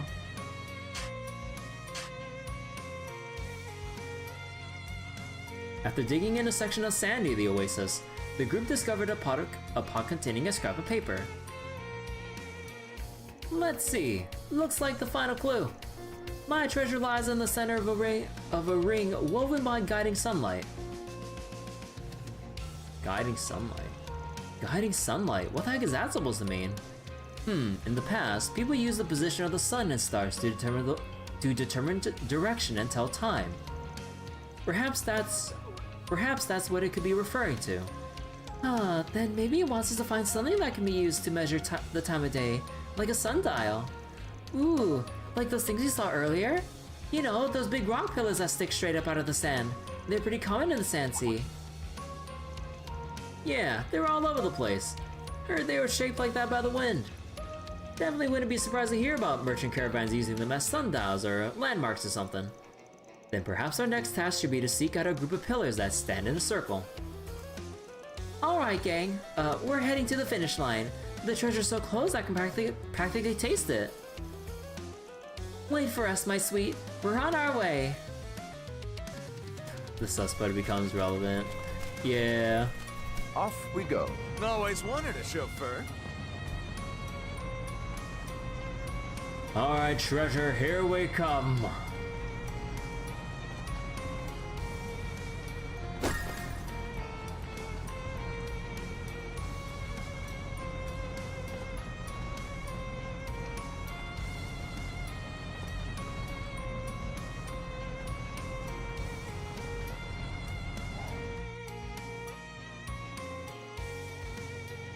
A ring woven by guiding sunlight. Think we found it, folks. Oh, and I bet the treasure's right smack dab in the middle, too. Alright, I'm gonna check it out first. And monster? Never mind. Damn! Huh, didn't actually think we'd find anything. It seems we were right to take this gamble. I wonder what's inside. Come on, let's open it, Nadia. Oh, sure, of course. At least that's what I like to say. But... we know you're there, you creeps. So why don't you come on out already? All that sneaking around you were doing wasn't as subtle as you thought it was, just FYI. Wait, jig's up. Might as well show your faces, yeah? Tch, guess you don't have much choice. Aren't these guys... Bugbear, a group consisting of so-called Jaeger dropouts. I suppose I'd heard they ended up in the Republic recently. So what exactly do you, Buggy Boos or whatever, want with us? That's Bugbear to you, kid! Sheesh, first the fixes, now you guys! I know you're getting it wrong on purpose! Anyway, if you don't want to get hurt, you'll give us that there treasure, you hear? No hard feelings, we just need the money. Awfully bold of them. Got a feeling they don't quite know who they're dealing with. Bugbear. Heard you guys have fallen into a whole lot of debt recently. So you came all the way to Tharbad to try and turn your luck around, is that it? Gotta say, I admire you for going to all the effort. But that doesn't give you the right to steal our treasure. I mean, have you no dignity? Insult all you want, but whoever gets that treasure in the end is the winner, no matter the means. If you don't agree to our demands, we won't show you any mercy. I don't care what you say, we found this treasure, which means it's ours, and we're not handing it over. And if you try to take it by force, you better believe we're gonna fight fire with fire. Besides, this treasure is ours. The thief has stood up for others when no one else would. There's no way we'd hand it over to the likes of you. So, to quote Arkwright, afraid we can't agree to that request of yours. It just ain't up to our standards. Now, let's give these small fry the punishment they deserve. Okay. Got something to hide? Let's see what you're made of. VOC activate! Actually, what if we just do this right away? Activating Shimmer Command! Brilliant! Ooh, pretty fast cast time. Starting drive! Bring them to heal with the ZOC!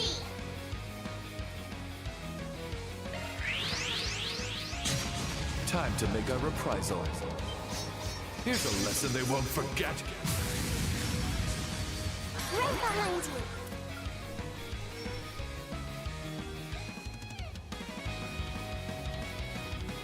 Buckle up! My cue. Bleed through! Hey, Jose, Brilliant! try and reach me. Right behind God, he gets so many craft points back.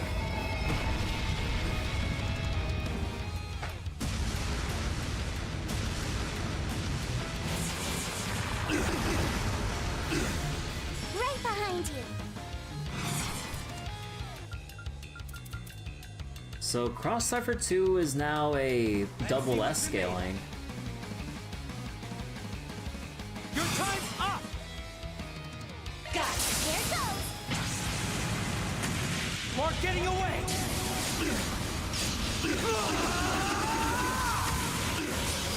Ross! Cypher! There goes the boost stage cap. Damn, look at that. Big damage. Team Nana 1, Bugbear 0. You said whoever gets the treasure in the end is the winner, right? Your loss simply proves once and for all that you just don't have what it takes to obtain such riches. Ugh, can't believe we lost, but it's not too late. We prepared something special for the occasion.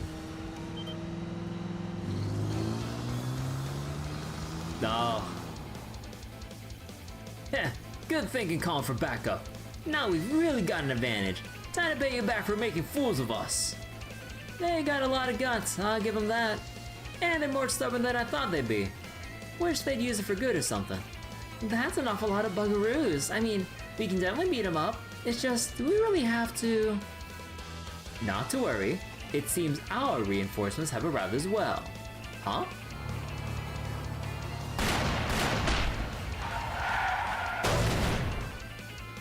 Yeah.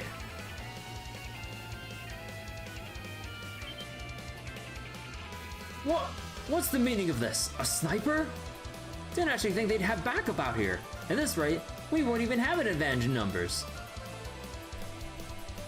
Retreat! This just ain't worth it anymore. Well, I see they're discerning enough to know when to make a strategic withdrawal at least.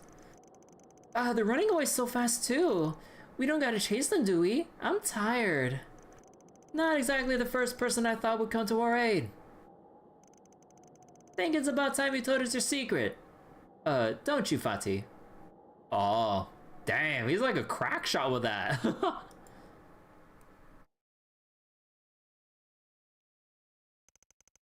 I see. Wouldn't have ever guessed you were Arons' great-grandson.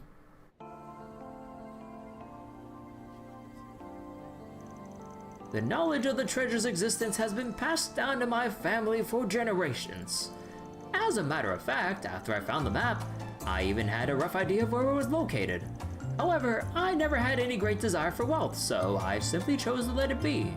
But that's when those bugbear people showed up. Indeed, as soon as they caught the center treasure, those scoundrels were on the hunt. But I felt strongly about entrusting it to people who were actually worthy of Auburn's legacy, and nobody else. Ultimately, that's why I threw together the idea of putting the so-called fixes I'd heard about to the test. And we just so happened to be taking 4 SPGs in their place. Which means we weren't the ones you had intended to entrust the treasure to, sorry.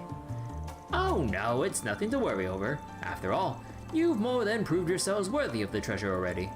And knowing what I do of the fixers, you all seem to be acting with the exact same integrity. Woohoo! Sounds like we got the seal of approval then. That means we can crack this thing open now, right? Can't wait to see what's inside. The treasure of a chivalrous thief who straddled the boundary between West and Central East. I imagine it will be quite intriguing. Huh? This is... treasure, I think, but is this really all there is? A book, an old map, and a piece of jewelry. Aww, I mean the jewelry does look expensive, so I guess I can't complain, but how come the chest wasn't packed with riches beyond our wildest imaginations? It might not look like what we were expecting, but that map's the treasure too, Nadia. Look, the topography of the sand sea is drawn in such exquisite detail that's comparable to a map created with the latest surveying technology. It's an amazing creation for its time, don't you think? Indeed. It's likely one of the maps that Alrons created while exploring the outskirts of Tharbad. It belongs in a museum. You see, Alrons was famous not only for fighting against tyranny, but also for studying this region's geography to ensure caravanner safety. At the time, a map consisting of the culmination of all his work likely would have fetched a price equal to that of gold bullions. Huh. There seems to be a few locations not present on modern maps. Then it must have some value as a historical document too. A historical document, you say? That is merely an estimate, but in the realm of academia, I imagine it could fetch anywhere between 50,000 and 150,000 mira. Ooh, that's a lot of moolah. Then what about the book? Seems a bit different from the map, to be honest. Huh, you know, I think this might actually be Auron's personal journal. Oh, that's gotta have some historical value too, right?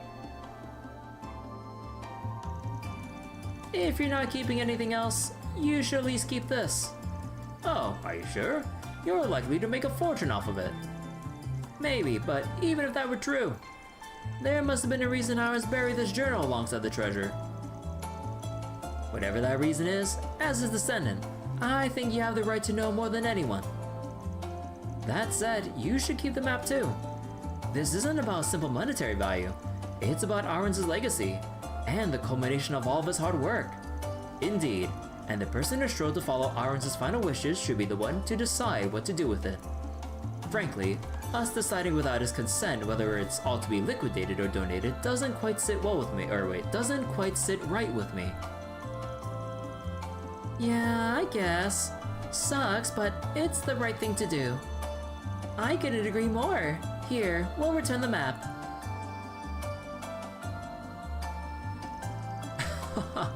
The memories my ancestors left behind.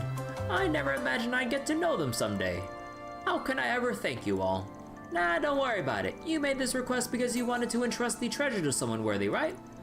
Then we're just trying to help you fulfill that request, even though we're just Arkwright Solutions' stand-ins. Think maybe we can take that piece of jewelry though? Doesn't seem like it had any special connection to Auron's after all.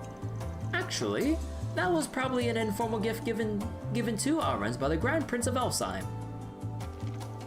That's what it says on this piece of paper. It also mentions how it was bestowed by the royal family to the liberator of Tharbad. A star and moon emblem. Not only has the ornament been embedded with high purity as Melis, but it seems to be of ancient origins as well, as seen in Elder Scrolls Morrowind. No, I'm just kidding. Anytime I hear star and moon, I just keep thinking about that symbol within the context of Morrowind. If all that's true, then wouldn't it have been important to Auron's? Auron's acknowledged Auron's acknowledged that for all his attempts at chivalry, he was still just a thief and a turncoat. He never felt he deserved the reward from the royal family. He didn't do the things he did for wealth. He did them for the people of Tharbad. Thus, he vowed to never wear objects of value himself. He would rather they be entrusted to someone more worthy, if such a person appeared. At least Auron's wrote as much on this piece of paper. Then that's all the more reason it should be kept in the family. Shouldn't you keep it? No. In fact, I think this treasure is one that should be entrusted to all of you. In doing so, I'm simply respecting Auron's wishes. As the descendant of a thief, I've simply no right to keep it. You, those who protected the treasure from the scoundrels of the underworld, are more than worthy to claim it as your own. I see. Then we'll simply have to respect your decision then. I graciously accept this gift, Fatih. Though honestly, I don't know that I deserve to have it either. I think you do after all. Wait, I think you do. After all, you were the one who suggested we respect Auron's wishes in the first place. If you don't want it, I could always take it. Show some self-restraint, please. I mean, Nadia's got a point. I mean, if you don't want it, she can take it off your hands. Once more, I'm truly glad I entrusted this task to you all. I hope we'll have the chance to meet again someday. Sure, and you take care of yourself. May Adios protect you. Fate certainly is a mysterious creature. You never quite know what it'll bring you next. Who would have thought we'd be able to fulfill a century-old thief's wishes? You know, honestly, it was kind of a letdown that the treasure was just those 3 things though. But at least this emerald thing is cute. Well, the treasure's in its rightful place now. So I guess that's that then, huh? Now with that case done and dusted, why don't we try switching gears again? Passing marks, I suppose. Are just rewards. Oh, yeah, grade 4. Obtain Star and Moon Emblem. Okay, it better be good. I'm just saying. It's shit. A medal that a former Grand Prince of Elsam unofficially awarded to a certain thief. 10% evasion and arts evasion.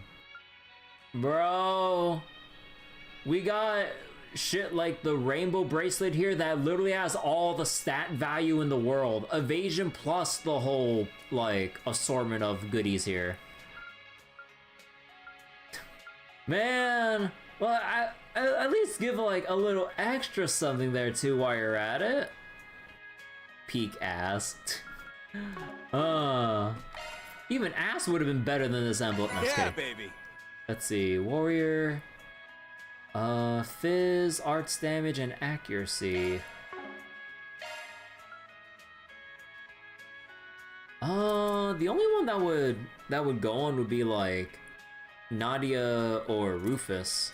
But Rufus already has accuracy, and Nadia, I'm gonna be focusing more on Nadia casting more than doing hybrid attacks between crafts and arts cast and everything. That, and I'm kind of switching everyone so far to the lightning subparts here because I just want extra speed on everyone. To be fair, Moon and Starship and isn't Moon and Starship and Merwin? Yeah, that's literally the icon for Merwin, or at least for like the mouse cursor, or was that a mod? But yeah, like the Moon and Star is a symbol within Merwin. Hell, I even have like a little acrylic light thing that I bought on, what was it? Was it Etsy? I forget.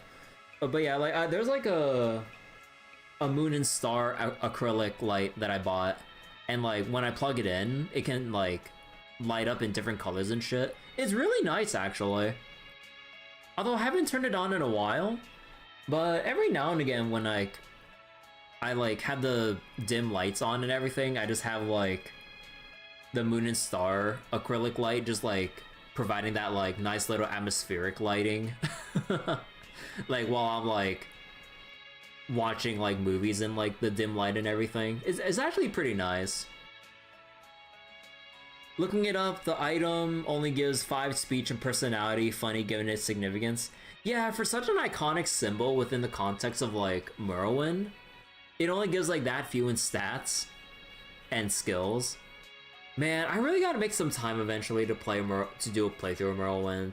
I need to see if I can like get any extra mods in order, but although I want to like leaning more towards vanilla and not really change up the gameplay too drastically though. Although I did find a mod that did change the level up system to be more like Oblivion Remaster, where so that like, cause like, unfortunately I can't remove my min-maxers mindset when it comes to approaching Morrowind, because of the whole thing of like, oh, if you want to level up, you gotta increase your major skills only, but if you want to get like the biggest bang for your buck level up bonuses, you gotta make sure you level up these respective skills pertaining to these attributes for your maximum +5 bonus. And I'm just like, bro, I just want to get my value level ups and then just get going, please.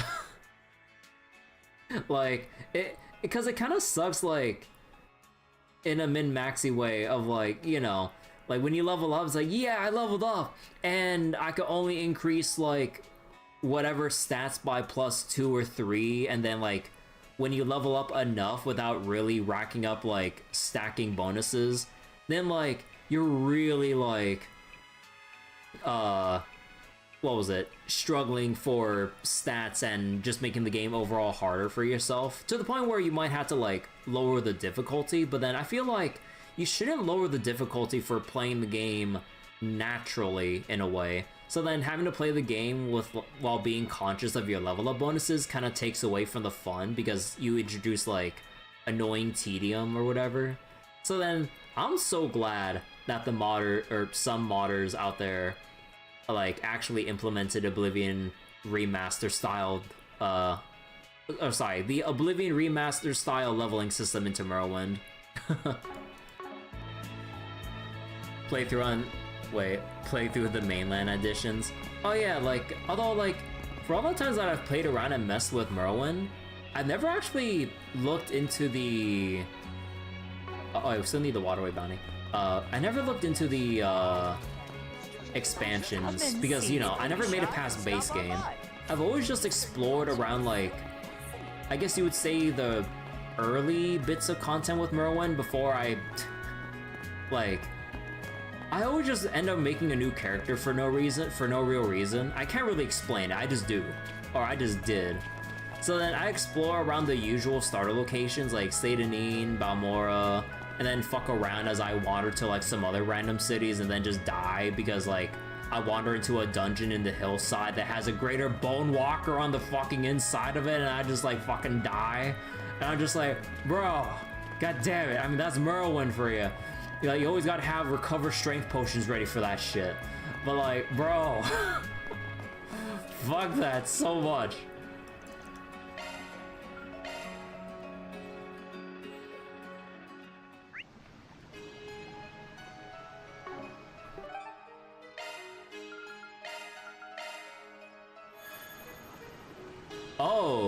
Oh, those are the Hecate sisters. Wait, were they all called out before?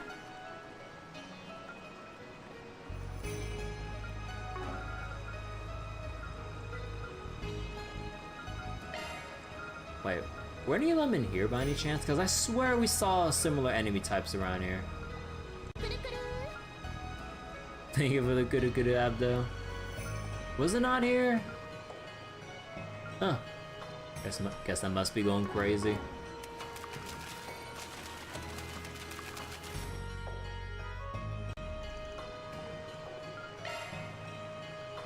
This one looks tough. Keep your guard up. Right behind you. COC, activate!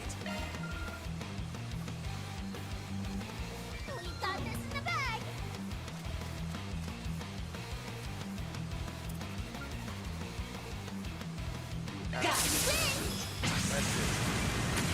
We're getting away!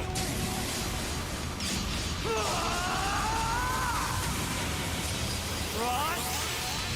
Cypher! Got it! There goes the boost stage cap. Not done!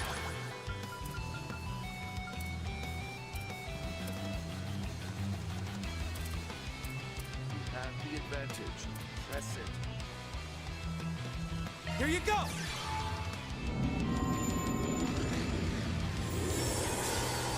Here we go! Give it up! Doing good! Gleam, Brilliant Scepter. Aggressive. Brilliant.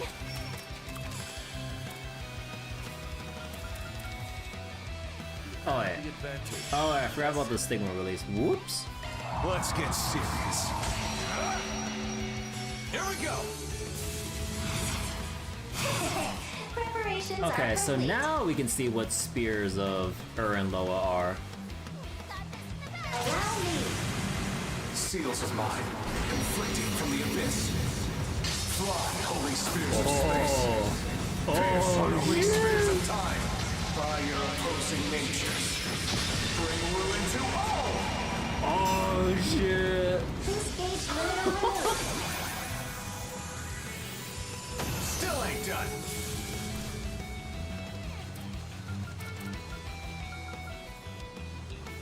See, they're both weak to earth. Doing good! Is there a way I can cast Certain faster? parts will be more potent. No, I don't. Well, actually, let me see. Can I? Press it. Activating Shard Command. Brilliant. Ah, that's close. Nah, the other one's too fast. Ah, dang. Initiating drive. Or firing with two stigmas. Here you go!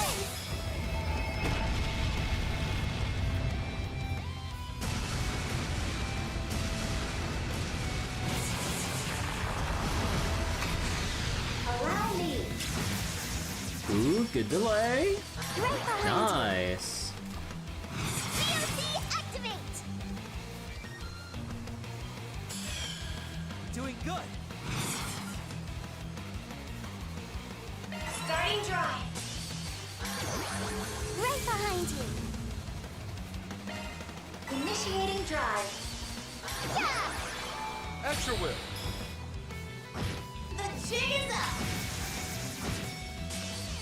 Okay!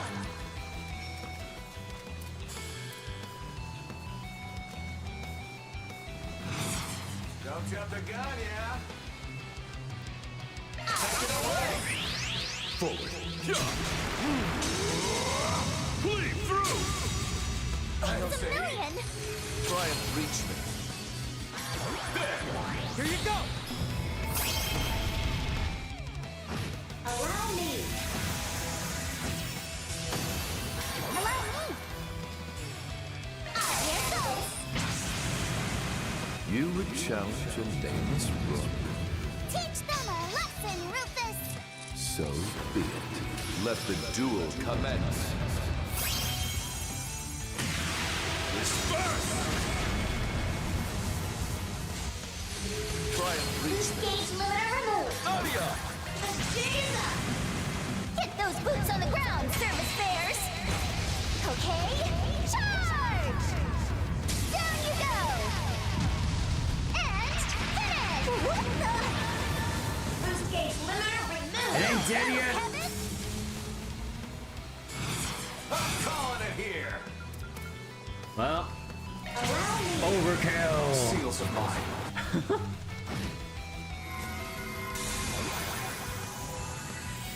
360 HP. Was it that low? I actually didn't look at the numbers. Flying I was high. looking at the health bar.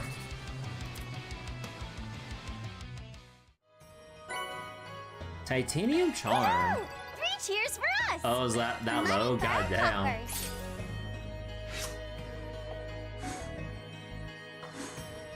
Okay, yeah, it looks like... Okay, with how things are looking here, I think I might not even be able to max any of the alignments. Maybe gray.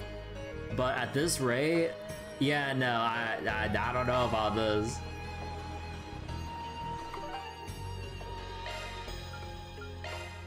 Let's not dawdle now. Welcome to Marjan Hammam. Are you enter? There. All set. I'm glad you seem to enjoy yourself.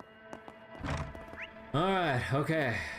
So, all the side quests done. We can't go into the Al-Jumeirah hotel until we've gathered info from everywhere else.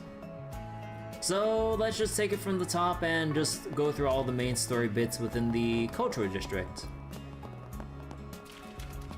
Although, actually wait, let me double check something at the Sansi. There's nothing that we Hustle can... up, gang.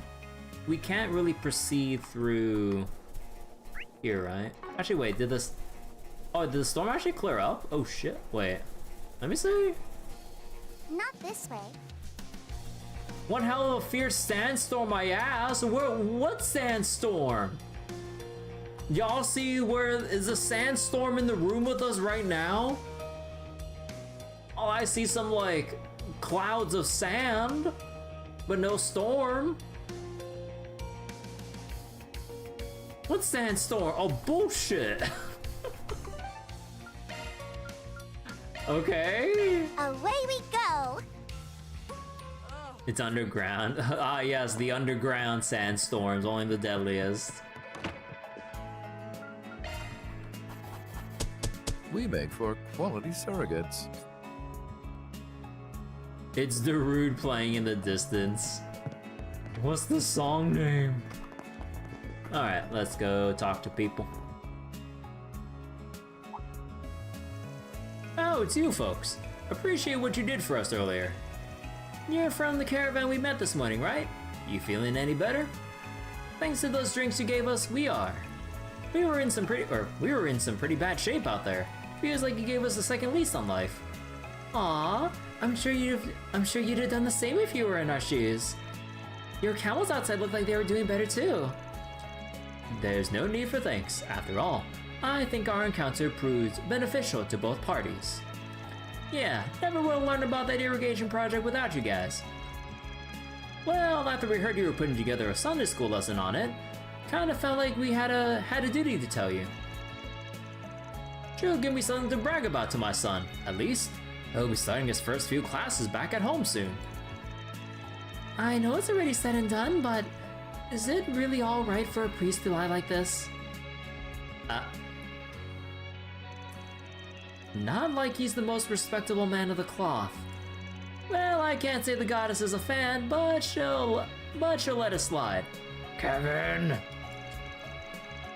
Anyway, not every day you see experienced merchants getting hit by a sandstorm. Didn't even think they'd be an issue today. What was yesterday's downpour and all? Yeah, we were thinking the sand sea dried up faster than we expected. Desert's a pretty big place after all. Then there was the fact that the sandstorm came from a direction not typically on our radar. Is that so? What do you mean? See, given the conditions are right, some areas of the sand sea make the perfect breeding grounds for sandstorms. So when we were planning our routes, we try our best to avoid those areas. The only issue is, the sandstorms have been growing more robust by the day. And all that heavy rain yesterday really threw off our measurements, which obviously enough led us to misjudging where the sandstorm would hit. Kevin's like, I do it for the strippers. Oh god. Well, at the very least we have Nadia recording that message for blackmail material. You know, I really hope she preserves that recording for when we do eventually meet Reese during a more lighthearted moment, I would imagine, because of how I assume things are between Reese and Kevin right now. Sounds like you were all lucky to make it out alive. Well, I'll be praying that your next trip's a safe one, alright? No, I can't say a run-of-the-mill priest prayers would be worth very much. Well, we appreciate it anyway. Well, try to be more careful in the future. Lost a lot of goods out there today. I feel alive again because of you, thanks to the provisions. The innkeeper has been kind to us too. We'll be sure to do our best in our business meeting. Must be hard for you two as a traveling priest. I hear you even visit the nomads in the desert. Good luck with Sunday school. We'll be cheering for you. Good gracious, I never thought there'd be a sandstorm in a place like that. And it was even stronger than yesterday's.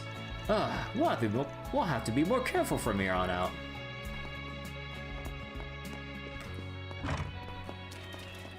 Alright, now for the Bracer Guild.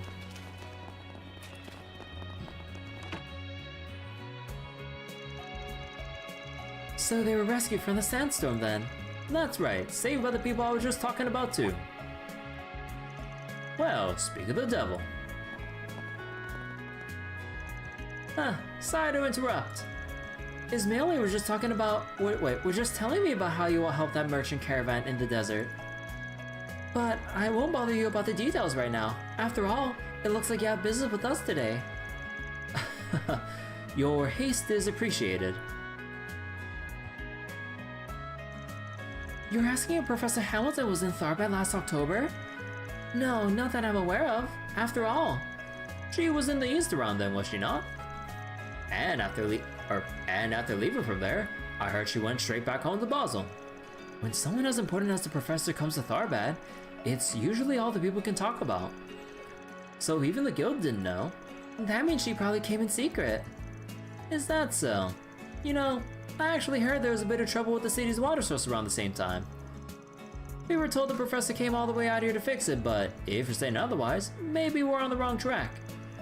Perhaps we should look into whether or not there were any other strange happenings or incidents in October. That wasn't long after the film festival ended, right? Does anything come to mind? Actually, I think that was about the same time the Institute of Science notified us of an analysis they conducted on the plant we found. The plant? Oh, do you mean agave?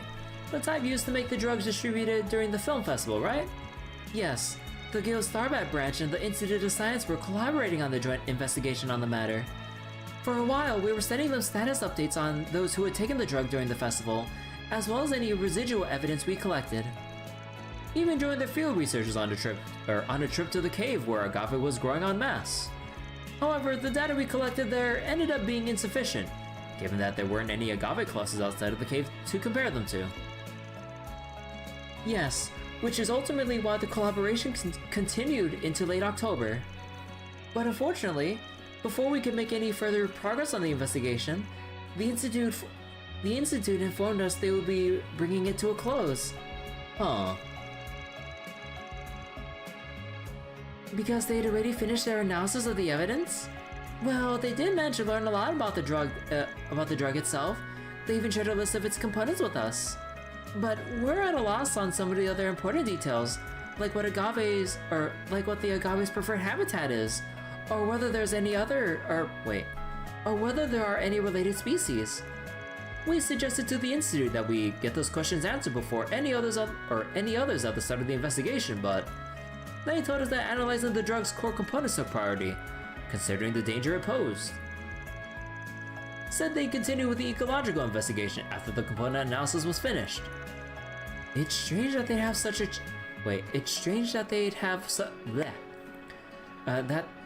such a sudden change of heart. Someone with authority at the Institute must have ordered them to bring the investigation to a halt. Someone like... that's concerning. Well, at any rate, I think we got a better idea what was going on back then. Thanks for answering all those questions for us.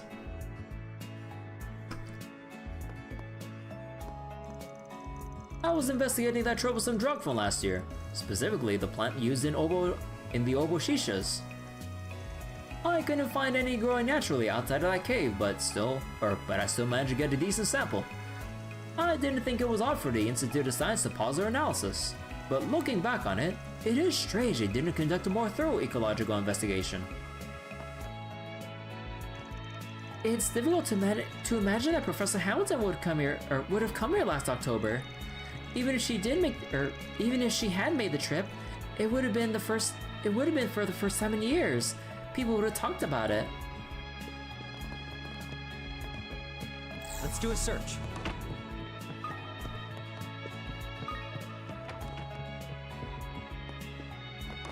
Alright, and now for Sarah and Shahina.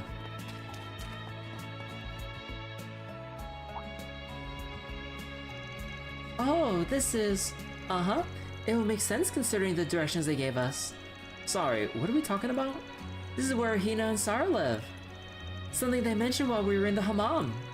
Yep, they said we could drop by whenever we wanted. I see. Well, since we're already here, why don't we go ahead and say hello? That sounds like a fine idea, though I'm not sure they're back from the hammam yet. Wait, am I hearing things or... It was you guys! I thought I heard your voices. Making good on our invitation, are you? Well, come on in! Such a warm welcome. Thanks, Hina. I hope we're not a bother. Remember to behave yourselves, you two. Please, there's no need to worry. Just make yourselves at home, all right? Sorry there's not much room. Oh, and why don't I make you all some cold drinks? Ooh. Ah, so tasty. You said it, but it's made with all sorts of fancy fruits and spices, huh? Whatever it is, it definitely helps beat the heat. Man, this stuff's fantastic. It a homemade recipe? Yep, it's one of the century's classic summer staples. It's called Tharbad. My sister's the one who whipped all these up, but I can make them too. I actually used a recipe my mother taught me. They're a lifesaver when dancing in the hot summer heat. I see. Families always got each other's backs one way or another, huh? If I recall correctly, your parents have passed away, no? Uh-huh. When I was still just a little kid too. I don't really remember much about him honestly, but sorrow's a different story. I'm just thankful I managed to hold on tight to what they passed down to me, even in spite of all we've gone through. But I couldn't have done that without Van and the rest of Awkward Solutions. Oh, she's got it bad, huh? I see that blush right there on Sarah's face. Ooh. Yep, though you gotta admit, Being loves a good look on her, just makes her all the more adorable. Shahina. Our Brad just has all the luck in the world, doesn't he? Kevin is not having any of this shit. Like, he sees Reen, he sees, like, Van going through with all the potential, like, or was it like Agnes and company and shit? It's like, man, and then all that Kevin is stuck with is just Reese. Well, I say stuck with him, but like, we all see how Kevin's treating the situation. I know what you are, Kevin.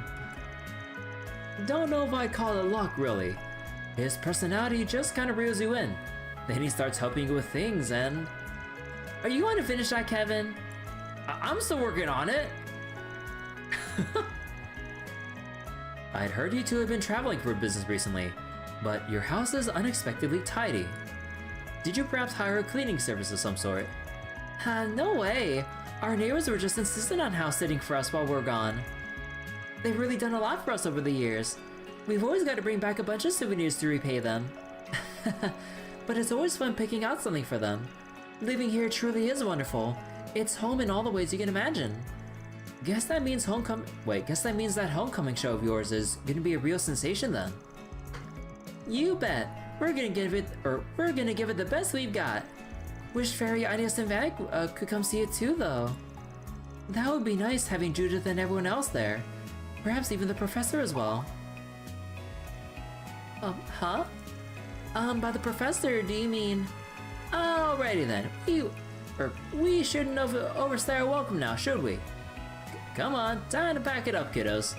After all, we gotta let these two get to practicing for the big show. You'll be rehearsing later, right? Oh, yup, right by the Oasis. It wouldn't be a proper performance, of course, but if you're interested, you're more than welcome to watch. Plus, knowing that friends of Van's are in attendance will give us just the push we need to perfect our routines. Got it. We'll definitely be there then. Take care of yourselves, you two. The temperature is expected to rise in the afternoon.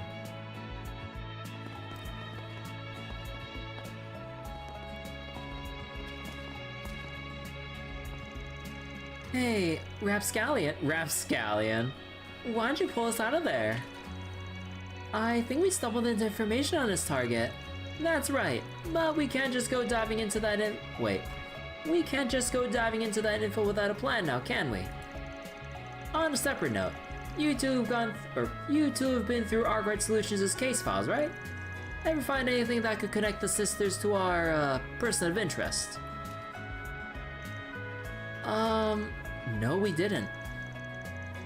And all we know is that Van and the others helped them out, or helped them deal with the incident there, with the incident here in Tharbad. While she went to the east after the incident in Basel. Additionally, however, during the anomaly which occurred in Edith last December, Sarah and Shahina were said to have been in the capital, meaning they very well may have had the chance to establish a bond with your target.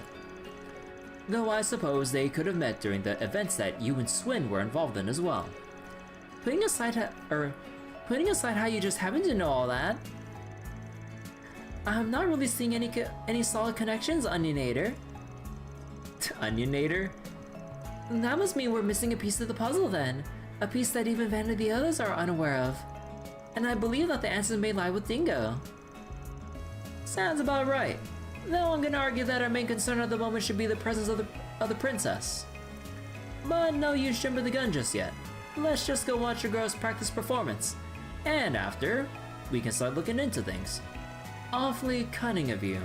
Roger Dodger, but you know, Kevin, I'm starting to get the feeling that this villain bit of yours isn't really an act after all. Huh, you got me.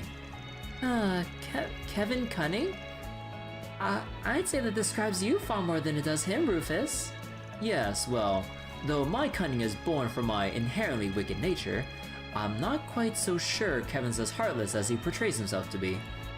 Duh. Remember Van's group? Fairy started wearing summer clothes and even let her hair grow out a little. Yeah, we just saw her recently. Wait, did Fairy grow her hair out compared to before? I didn't notice that. Yeah, she look cute. Barry's always been pretty, but now she's showing off her girly side. She's just 14, right? I bet she'll be a real beauty when she grows up. Yeah, but I'm not gonna let her beat me. Let's both do our best, Nadia, so that we can reach Agnes's level. Agnes's level? That hurdle might be too high. Good grief. You like Nadia just the way she is, right? I guess. You're still growing too, aren't you? Count on it. Man, I swear, like, if Trails keeps going on for longer, like, what's Lapis's final form gonna be? Oh, thanks for coming to see our performance last night. It's a little embarrassing, though. Oh no, it was great. The girls that danced after you were cool, too. Your dancing is definitely an art, Sarah. It's easy to see why Arkansas wants to collaborate with you. Oh, please, I'm still in training. There's that blush again. Huh, that look on your face says it all. I really hope a certain someone could watch me dance in that costume. No way, don't be silly. Oh, she really has a big crush on Van, deep down. That damn Arkwright, he'll toy with anyone.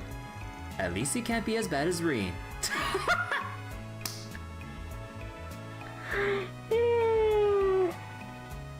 I mean, honestly, no, like, it would take a very special someone to beat out Reen in terms of that aspect.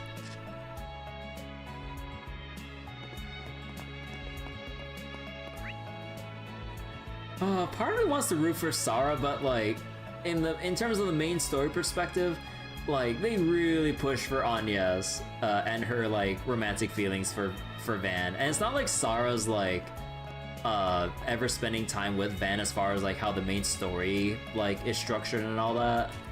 But it is amusing to see that like a side character like Sarah does have like a crush on Van, though. It's amusing, but yeah, I mean, I would just assume based on how the story is set up to be, yeah, no, that's gonna be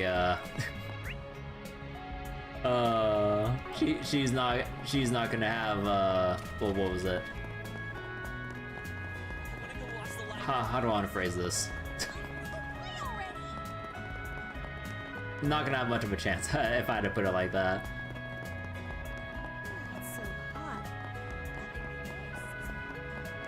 But honestly, I'd love to see it, but I mean, again, just given how the main story is structured and like how long like Van would spend time with other characters and stuff, yeah, no, if they wanted to push that, they'd have Sarah in some capacity spending more time with Van or trying to give more nudges about her feelings in that way, like Agnes would. But yeah, no, that's not how the story's set up, sadly.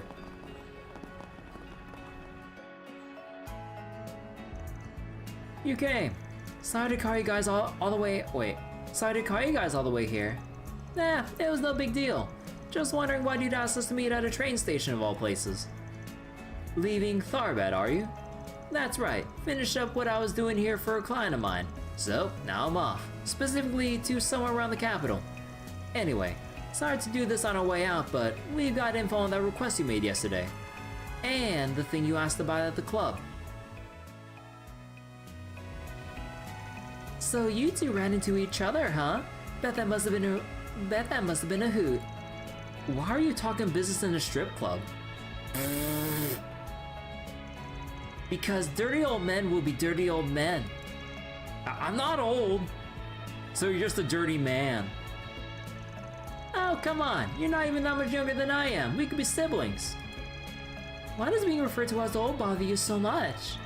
Perhaps because our friend here is on the cusp of what they call a midlife crisis. Look who's talking, Mr. 32.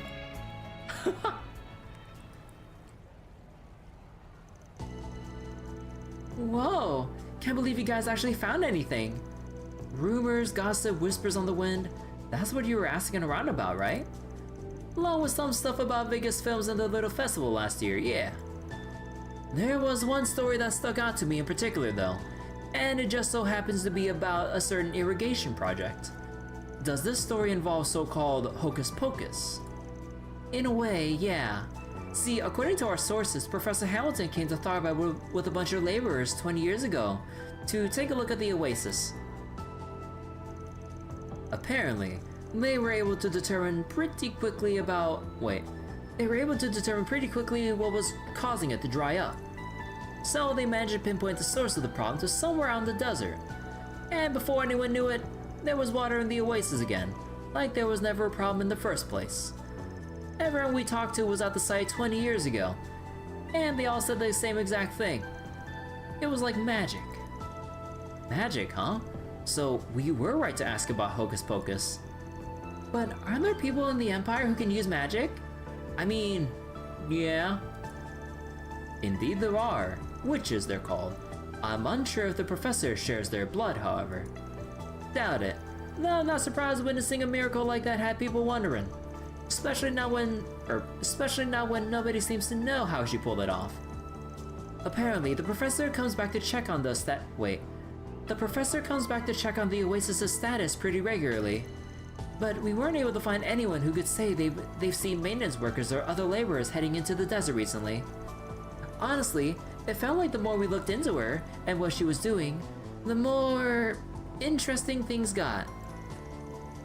Thanks, guys. Can't believe how much you were able to find in a single night. This stuff should give us a better perspective on what exactly Arkwright was dealing with in Tharbad last year too. Well, you weren't the only one who lucked out here. Also found a few extra tidbits of info for ourselves. Should make a nice souvenir for a friend of ours. Anyway, think that data will give you enough to work off of for now. So you can find your target, I mean. Big you two put the pieces together. Doesn't sound like you're too sure on the details just yet though. Guessing you stopped before you could get the full picture. Both for your sake and ours. After all, you would have dragged us right into this mess of yours if we hadn't. Or am I wrong? Would you have? Well, what can I say? Always nice to have a good source of information on your side. Plus, it's not like I wouldn't have upped your pay. You know, for crawling through the mud with us. It wouldn't have been enough, not by a long shot. Look, Kevin, we know you. You'll be all gung-ho about getting the job done one second, then filled with regret the next. And frankly, even if we were to help, watching your sad mug mope around for a few weeks doesn't sound like my idea of a good time. Which is why this go around, we're giving you the info you paid us for and leaving it at that. Huh, sure. Anyway, looks like it's about time we got going. See you around, Kevin. Try not to be too reckless, alright? If not for your own good, for the girls. Got it. You guys be careful too. Everyone's just so mindful of Reese. They gave us a lot of good intel. No kidding. Guess they call them pros for a reason. By the way, Jack said he had something to take care of somewhere around the capital, right?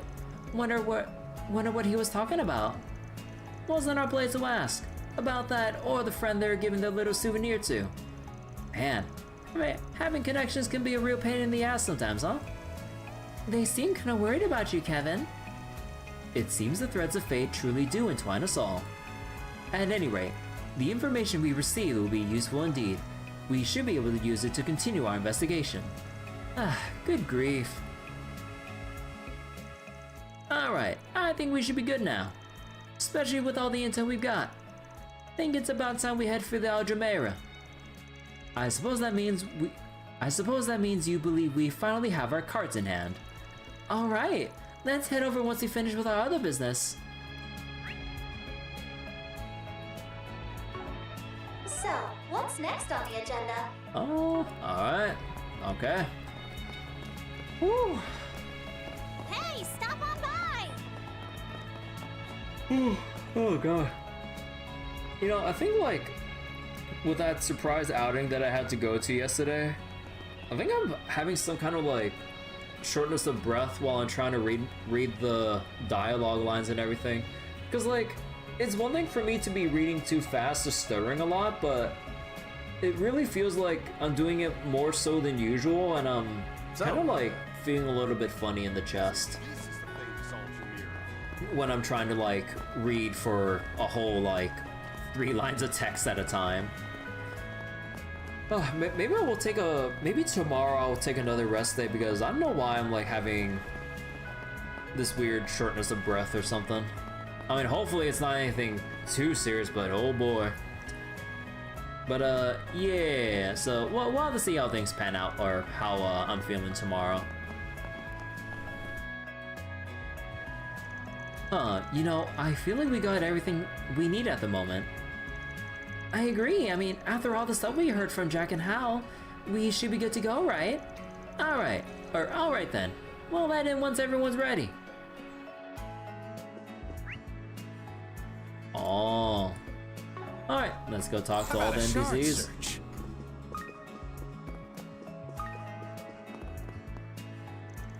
It is an honor for all of us to be able to welcome Princess Zita. Our hotel's largest shareholders are the Principality of Alzheim and the Bank of Edith, after all. We hope you'll take this opportunity to enjoy Al-Jumeirah to the fullest. We'll be hosting an event based on a film later today in the reception hall on the top floor. In addition to a talk show featuring a famous Z1 racer, there will also be an advanced screening of a new movie. Numbered tickets are required to attend, so if you're interested, please make your way back here when... Hey, is there gonna be food? Not as such. There will be samples, or there will be free samples of a new energy. Wait, it's the same event we already saw in the city? Pass. These two are coming off meaner than they intended, I think. Not like we have time to look around anyway. We should go. An event for a new film will be held later in the reception hall on the top floor. I'm sorry, but there are no plans to serve food.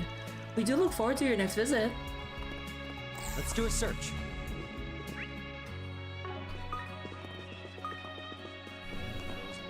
Come out wherever you are. Let's see, any tokens around here? How about a shard search? Let's give this a Can we whirl. go fishing in the swimming pool? Nah.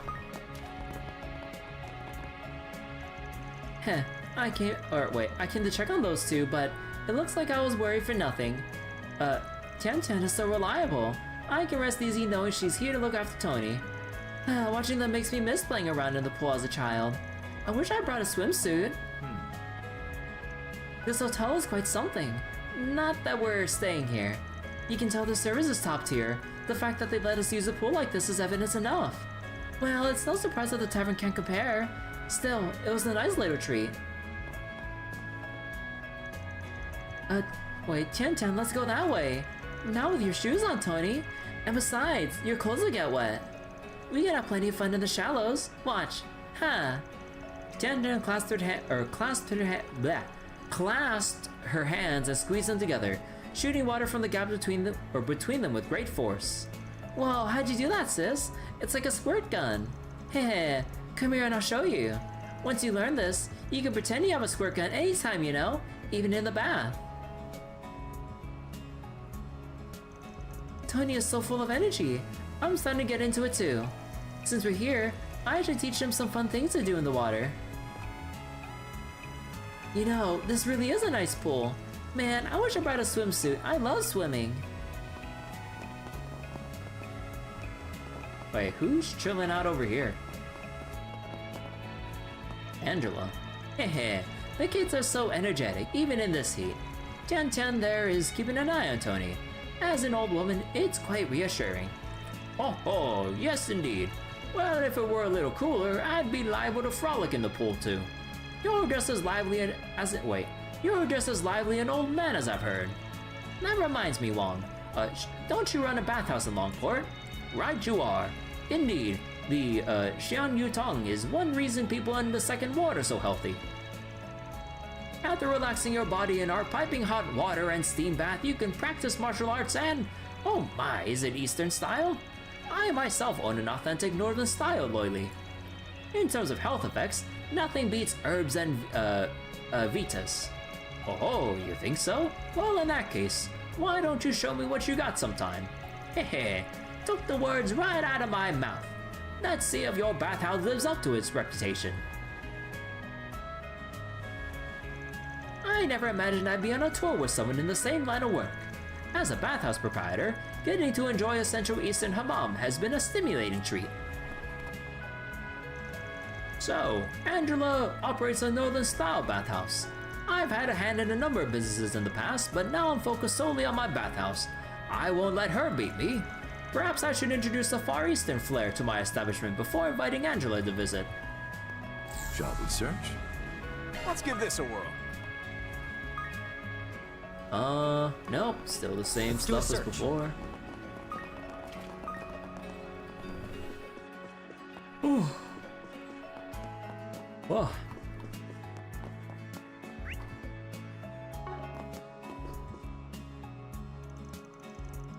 So, supposing a future wherein we join forces to govern the region, the first order of business would be to...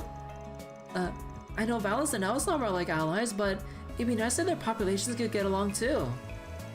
What can we do to make that happen? I'm sure it would help trade become more active. Yes, I mean, I can't say we know much about each other yet. Oh? Perhaps the two of us, for example, could travel and observe different countries.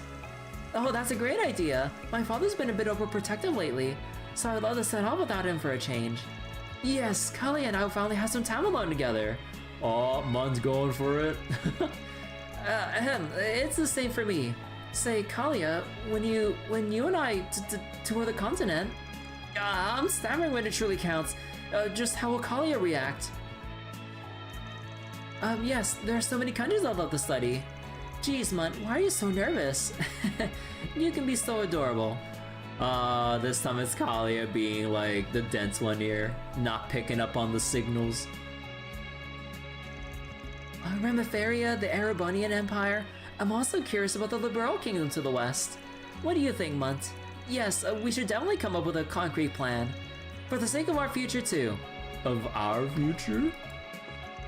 I feel like she still hasn't gotten the hint, but a trip with just Kali and I is still tempting. Well, there will be plenty of chances for me to share my feelings in the future. I'll leave it be for now. Even though the region is called the Central East at large, there are many different cultures and features therein. It truly is a diverse region. There's the international powerhouses like Elsheim, nomads on the frontier, mountain tribes, and even coastal stages like Valis. Each one has its own ingredients and cooking techniques, giving a real sense of how intricate their cultures are. Oh? Are they looking at them talking together? Patriarch Bashar, your son appears to be talking to Kalia. Now that you mention it, they've always seemed close, but recently they've been much more involved. I hope you're not implying that you have an ulterior motive, Dahar. I could say the same about you. You aren't having your son hit on Kalia, are you? I'm not sure if you're a doting father or a fool. That said, I do wonder what Munt is actually thinking. It's unthinkable, but could Kalia possibly have feelings for him? Let's call it a truce for the time being. For anything else, we need to assess the situation. Under the guise of trying to weave through the little rivalry between each other. They're both doting fathers at heart. We're in accord then. There's also the matter of business, so I expect we'll be in contact for a while, Dahar. This is just pretense for them to just watch over their children. You get it, don't you? First we must check on the situation and then... Yes, already. For my part, I must confirm my son's true intentions. They certainly seem close, but just how do they feel about each other? It's unthinkable, but I absolutely don't want to do anything that would make Kalia sad. So sleepy. Alright. Time to make the save. Time for the main story. Alright. Let's go. Marielle, Zita, everyone! Nice to see you again. We're just dropping by to say hello. Oh, it's you two. Miss Rain, how wonderful to see you again. And so soon after saying our farewells. Kevin, Rufus, we must have just missed each other at the Hammam, huh? Probably, yeah. We've been on a pretty tight schedule lately. Promise we meant to say hi, but we had a reservation to get to. For lunch, you see. I believe introductions are in order, Your Highness. It is an honor to make your acquaintance. Likewise. I'm Zita Osval, daughter of Grand Prince Salman of Elsheim. And this is my bodyguard, Najee Berka. It's a pleasure to meet you, Father Kevin, Sir Rufus. Or perhaps you would prefer I call you Sir A. Now. Looks like the jig is up. Would have been more surprised if it wasn't. Rufus is fine, thank you. Did you know it's actually one of the more... or did you actually... wait. Did you know it's actually one of the most common names in the Empire? Again, it is a pleasure, Your Highness. It's not every day a simple wanderer like myself has the opportunity to meet royalty after all. I'm Kevin Graham of the Sethian Church. Nice to meet you. By the way, I believe my colleague Celeste was in your care a few months ago. I beg to differ. We were almost certainly in her care. I'm Leslie Lam, a director affiliated with Kowloon Pictures. So, Father Kevin and Rufus, was it? And I suppose you must be Lapis Rosenberg. You've heard of me? Well, yes, though only through the grapevine. Oh. You see, as a director, I often find myself researching current events, mostly to gather ideas for my next film, of course. And once I find myself with enough inspiration, all the fragments of information I've collected, well, I craft them into a story. And there's no need to worry about me leaking anything confidential to the general public, however. Everything's a product of my imagination, after all. Well, alright then. It's an honor to hear we've contributed to your creations. Man, you're something else. A little too sharp for your average show, if you ask me. So, I'm assuming you know my title then. Am I the only one not following? Wait, Rufus? Where have I heard that name? Marielle. Oh? Talk about a crowd. Oh. Ashen! Oh, there you are. Glad to see you're well, Miss Lu. You're... Ashen? Oh my gosh! I haven't seen you since the festival. Yeah. Long time no see, Swin, Nadia. And I suppose it's been a while since I've seen you three as well. Wait a sec. Are you Lapis? No way! You're even cuter than I thought you'd be! Oh, she's going for the hug? No. What? Wait I know, right? No. Hey, Swin. Is she... the daughter of the Lu family? Yeah. The same family who served as the White Orchid Dragon... wait. The same family who served as the White Orchid Dragon's benefactor, I assume. Well, before he split off to start his own.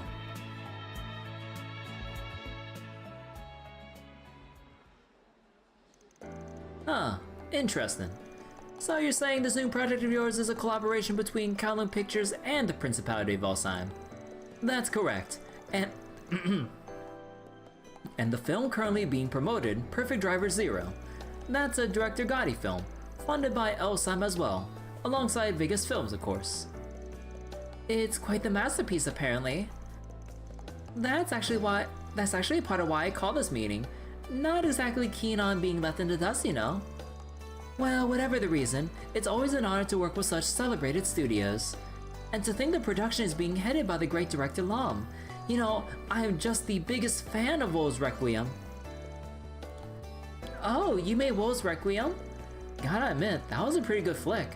Could definitely see how it took the Leon d'Or last year. Right, and Nina was the perfect choice for a main character. She was so cute. Well, I'm happy to hear it's caught your interest. I'm here to cover the entire pre-production process, by the way. And hopefully once I'm done, I'll be able to turn it into an editorial. Bet that'll make for an interesting read. I assume it'll be in the Tower Times, yes? Do you have an idea of when it will be published? Well, this is off the record, but around... Anyhow, this is quite the fascinating collection of faces. Though it looks to me like you five have been traveling together for a while now. Hanging out in the desert with a priest though, Nadia. Call me crazy, but that's not exactly my idea of a fun-filled vacation. I know! The heat out here is the worst too. Well, it gets an A in my book. The food's been amazing so far. Could you try not blowing all of my mirror, please? My wall is looking a little worse for wear lately. Then allow today to be my treat. Of course, if there's anything else you need assistance with, please don't hesitate to ask. I consider our meeting today to be a stroke of fate. Wait, didn't the CID have a mark on, never mind. As for me, I'd like to repay my debt to you all for helping me on Nemeth Island. If you're in need of info, I'm willing to provide whatever I know. So he says. Well, what do you plan to do, Father Kevin? They really got us backed against a cliff here, and I think our only real choice is to jump. Is it just me or is Najee giving us the stink eye? Doesn't matter. If we want answers, we can't let ourselves be intimidated. That's right. So let the interrogation commence. Well, frankly, I'm glad to hear that. Wait. As I'm sure you all figured out by now, I'm here on some official church business at the moment, and these four have been lending me a hand. This stays between us, but I've been tasked with looking into something for Her Holiness. Her Holiness? You mean Her Holiness Orestes II? This must be quite the job you're on. It is, yeah, but seeing as I can't exactly let you guys in on any of the details, afraid I'm gonna have to turn down offers of assistance. Instead though, think you all mind answering some questions for us. That's... Please, ask us anything. Yeah, I'd be happy to answer. Well, as long as those questions aren't... As long as those questions aren't about insider info on Hayway, of course. Much obliged. In that case, considering everything we know already, I should probably start by asking about...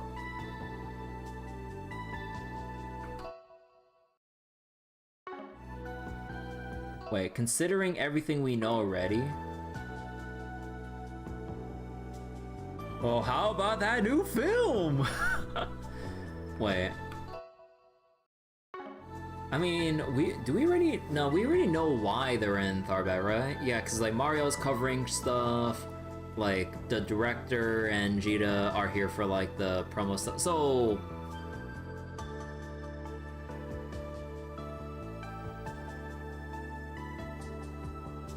do we actually ask about the new film? Or as a way of tiptoeing around to glean info off of them, like by indirectly asking?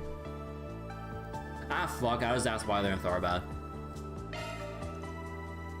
Huh? Well... Are you implying we're here for something other than this meeting? Not necessarily, just had a hunch is all. See, I happened to hear a bit of gossip through the guild recently. About last year's film festival, in fact. Someone requested they reopen their investigation on it. They wanted to know what really caused the chaos. We read about what happened in Van's case files, but wait, there was a drug making the rounds, right? We also learned that not only were Marielle and Director Lam in attendance, but so were Prince Sharid and his bodyguard Najee Burka. And considering the nature of the drugs involved, I can't say I'm particularly surprised the daughter of Hayway would be interested in the matter. Okay, fine, you got us. The real reason we're gathered here is to investigate the drug Armada was peddling. I knew it! Were you the ones who asked the guild to reopen their investigation? That's correct, yes. Alzheimer has a particularly close relationship with the braces, you see. Allow me to explain. In September of last year, we launched our own investigation into the drug. And not only did we manage to identify the manufacturers of said drug, but its key component as well.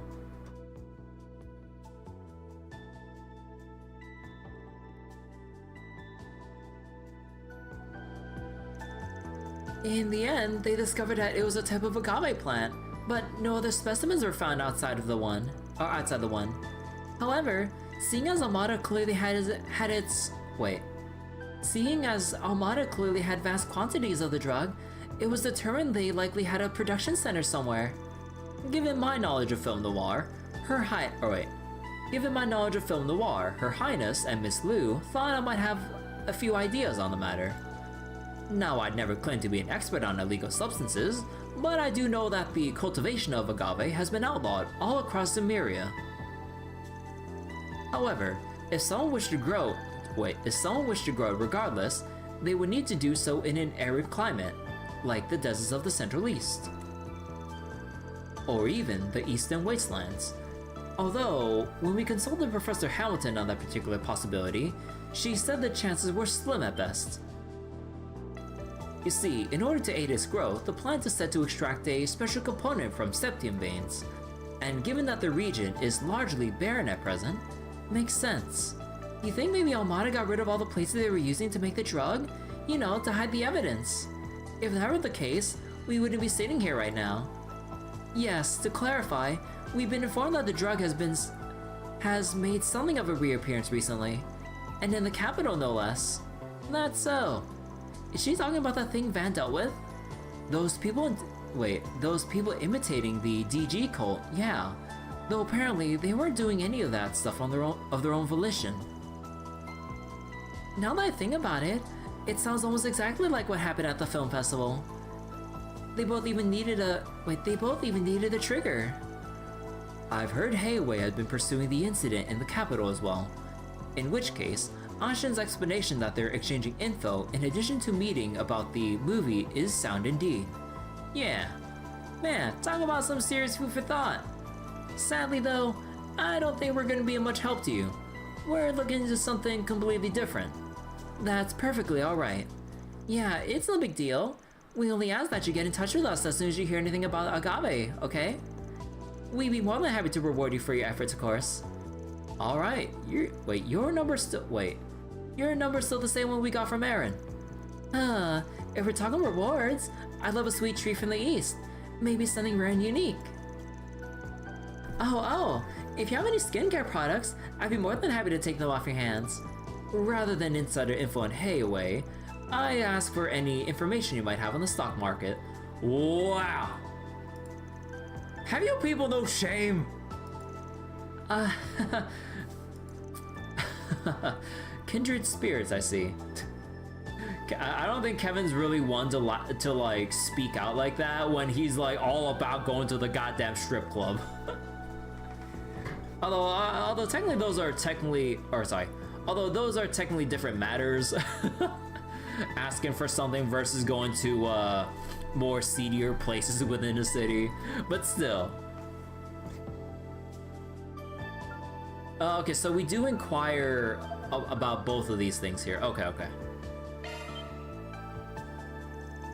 Well, as long as everything's off the record, I'll leave the choice to you, Director Lam. Oh, well, I suppose I don't mind sharing a few details. The premise is a bit out there, though, I'll admit. But I don't think any other studio, I don't think any other studio but Kowloon Pictures would do it justice. To put it simply, it's going to be a near-future sci-fi film. Allow me to set the scene. Year 1299 of the Septian calendar, society has fallen into stagnation. Humanity is on the brink of extinction.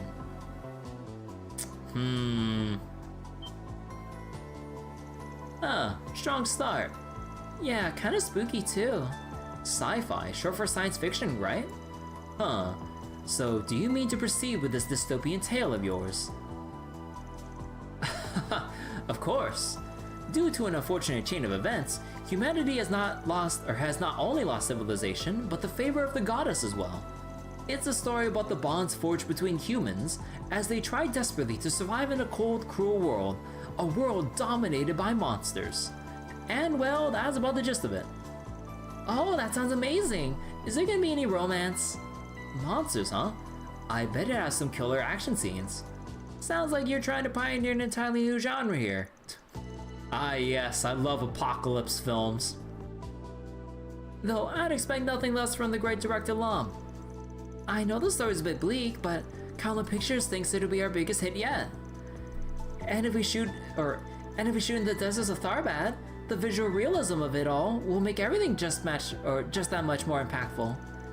We'd also like to film the northern region of the Ishka Mountains, where the Kruger village is. We've actually already begun negotiations with the representatives to do so. Oh, isn't that where Fairy's from? I assume the east must be, I assume the east must be on your list of potential shooting locations as well then. No, actually. While the rails do extend partway through the region, it is unfortunately much too dangerous to use as a shooting location. Also, Professor Hamilton warned us against shooting in the region due to its unstable weather conditions. Oh. Don't want to mess with Kevin or he'll thrust you with a salt pail. Yeah, life sounds really rough out there. Apparently, all the crops keep withering because it's always cloudy too. And heck, all those around tornadoes, surrounded by lightning. Wait, withering like cloudy weather and constant random tornadoes with lightning? In the far east where desertification's taking place? Wait, that's crazy. Though I imagine the footage I could capture would be phenomenal, I'm afraid I'm not willing to do so. Wait, I'm afraid I'm not so willing to sacrifice my crew and cast. Or my cast and crew. I could certainly see Director Gotti brute forcing it. However, if there's a will, there's a way. From what I've heard about the man, that sounds about right. Can't say we've ever had the pleasure of hosting him as a director though. The others wouldn't take too kindly to his, tastes. Well, I think Vegas Film suits him just fine. They do simply a phenomenal job at delivering on his directorial intents. You know, I'm actually hoping that he'll be able to adapt one of my favorite books someday. Have you heard of...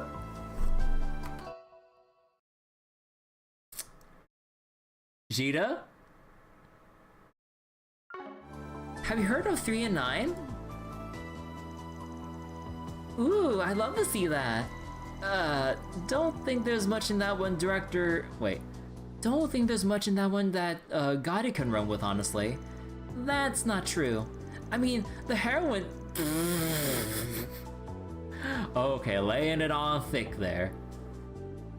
I mean, the heroine's sexy and cute. The audiences will love her. Take it down a notch, Nadia. The characters are 12 and 14 though, are they not? I imagine that would create an issue for the ratings boards. Oh, I agree. Which is why I would suggest he raise their ages and even flip their genders. Ah, and perhaps we could even give the main antagonist... Perhaps we could even give the main antagonist tentacles. The tentacles?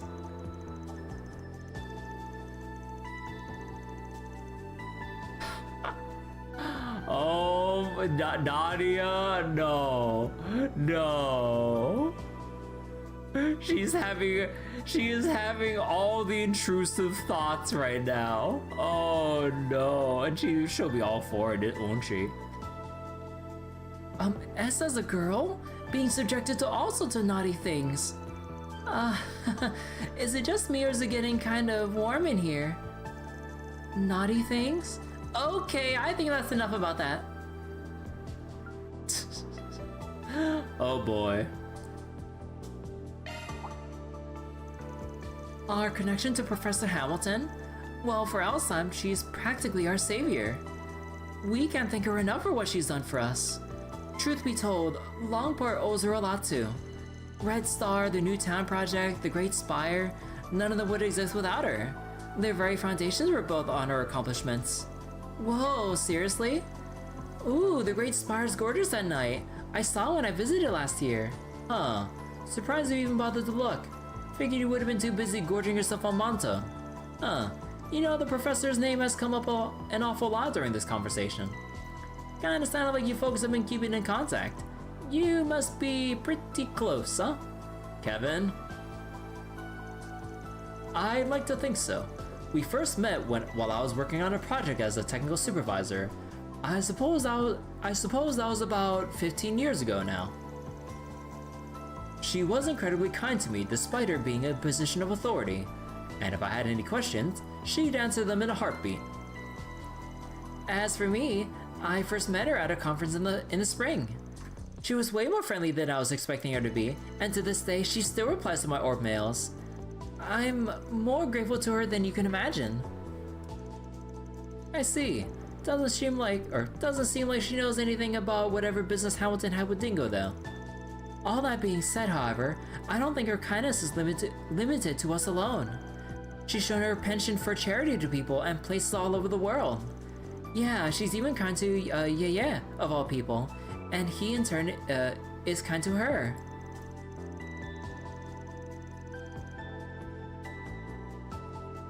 Well, can't say I'm surprised to hear all that. After all, Master Beauregard's the same.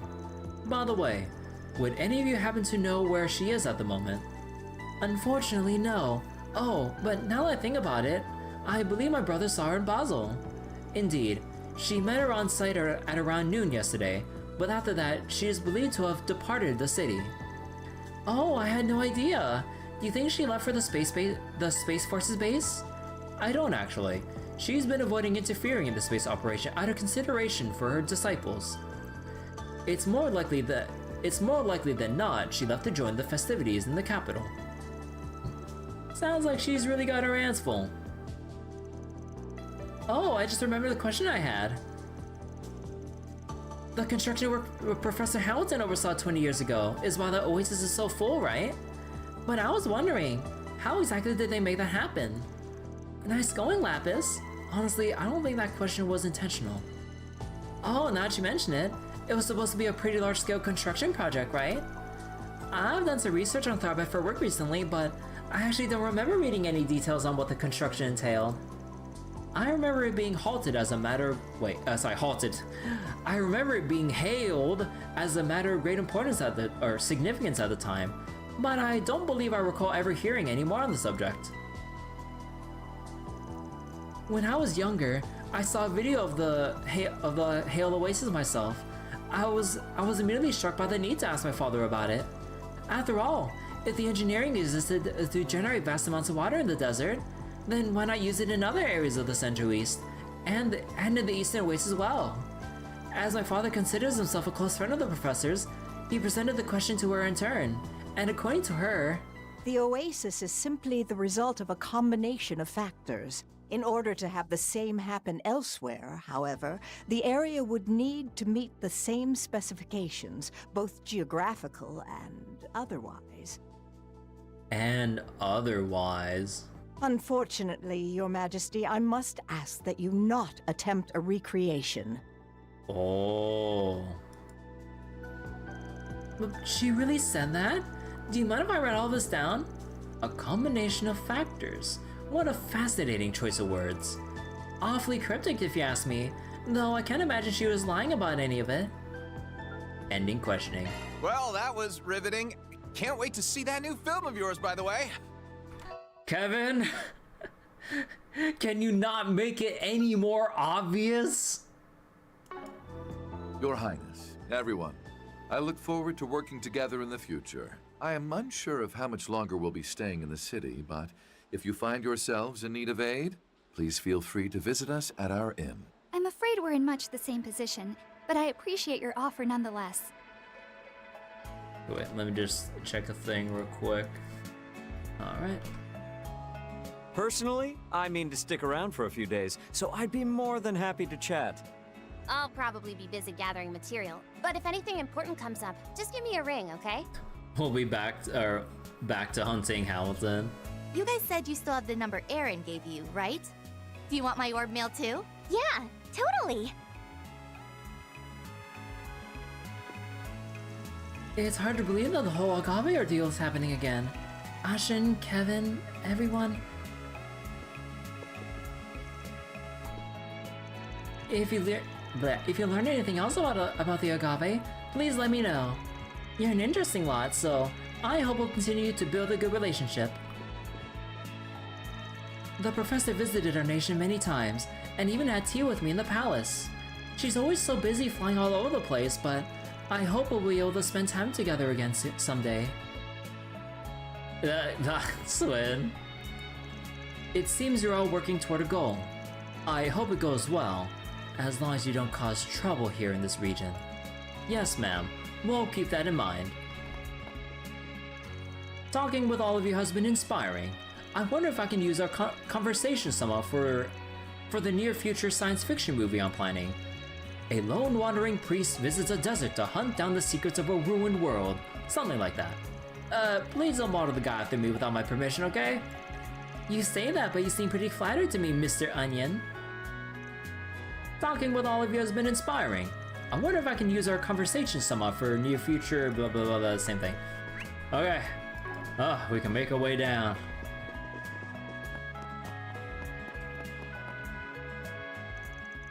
Kinda feel like they saw right through us, but at least we got some good leads out of it. Yeah, and you know, I'm actually pretty curious about that new film they were talking about. But the big stuff was what we learned. But the big stuff was what we learned about. Was what we learned about the Agave, and everything they told us about Professor Hamilton. I can't help but feel we're missing the final piece of the puzzle, however. Agreed. But once we get that, we'll finally have the full picture. So what's our next move, Kevin?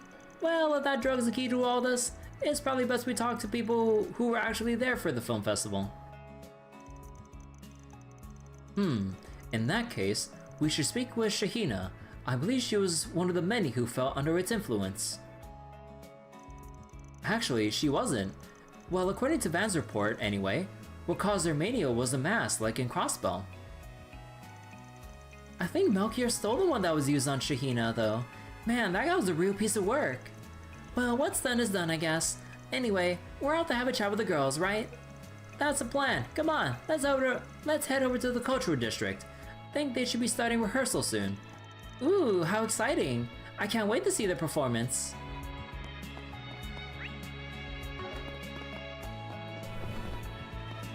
I was a bit surprised to see you with the daughter of a Heiwei elder.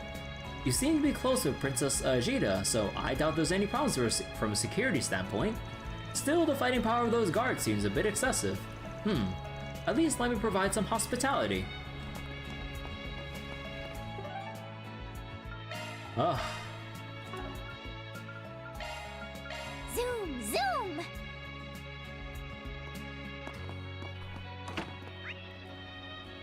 Alright, performance time.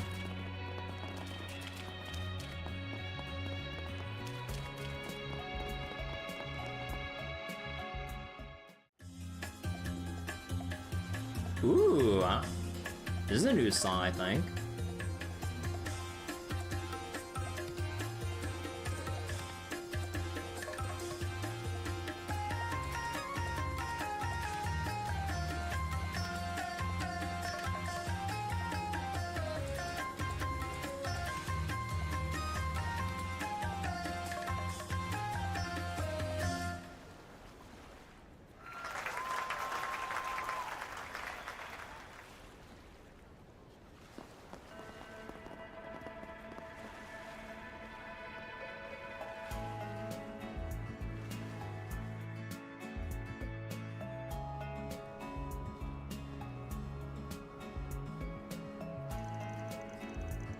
Wow, the ways the human body can move are so fascinating. You two are amazing. No kidding. Never seen LP so sucked in by something that wasn't food. Saw you guys dance a bit back during the festival, but you really improved since then. We're not all that impressive. Though we did work pretty hard on that last set you saw. The choreography was inspired by the events of last year, actually. Arkwright's influence then. It was good though. Had a real fire to it. I can tell you each added your own personal flair to the moves too, even though you were doing the same dance. Central Eastern dance may not be very well known in the Empire, but I've got a feeling it's only a matter of time until you two are worldwide sensations. Much like Arkansas is at the moment, perhaps even Heimdall will ask you to perform on this stage. Well, actually, they received offers to do stuff like that already. But before they can even consider going worldwide, they still have to do a tour of the Republic, starting with the Oracion Opera House. That's right, the monster itself. Though I imagine gaining the adoration of such a traditional city might prove to be a bit of a challenge for us. It's sure to make our success taste all the sweeter. Yeah, that's the spirit. We'd love to support you guys somehow, but I think any donations we make will have to be pretty, well, modest. Yeah, Rufus kinda ran out of money recently. Oh gee, I wonder why. No matter, that just means our dear sponsor here will have to foot the bill. And are you gonna pay me back? This is coming out of my own pocket, you know. Oh, it's fine, don't worry. It's a thought that counts. Oh right, I just remembered. You had some questions for us, didn't you? Was there something you forgot to ask earlier? Oh, actually, I had a few questions of my own for them, but I can give you guys some privacy if you want. I mean, we might as well let her stay, right? Fine by me, anyway. Oh wait, fine by me. Anyway, Sarah, Shahina. I know this is sort of a weird question, but would you two happen to be personally acquainted with Professor Hamilton?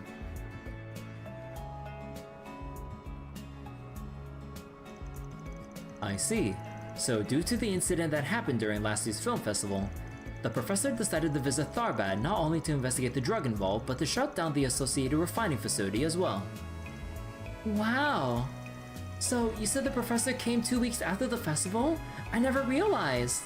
Yeah, even though I never actually took the drug myself. That mask really messed with my head for a while. Or rather, I guess it was like all the dark thoughts I had, the ones locked deep inside my heart, were just suddenly unleashed.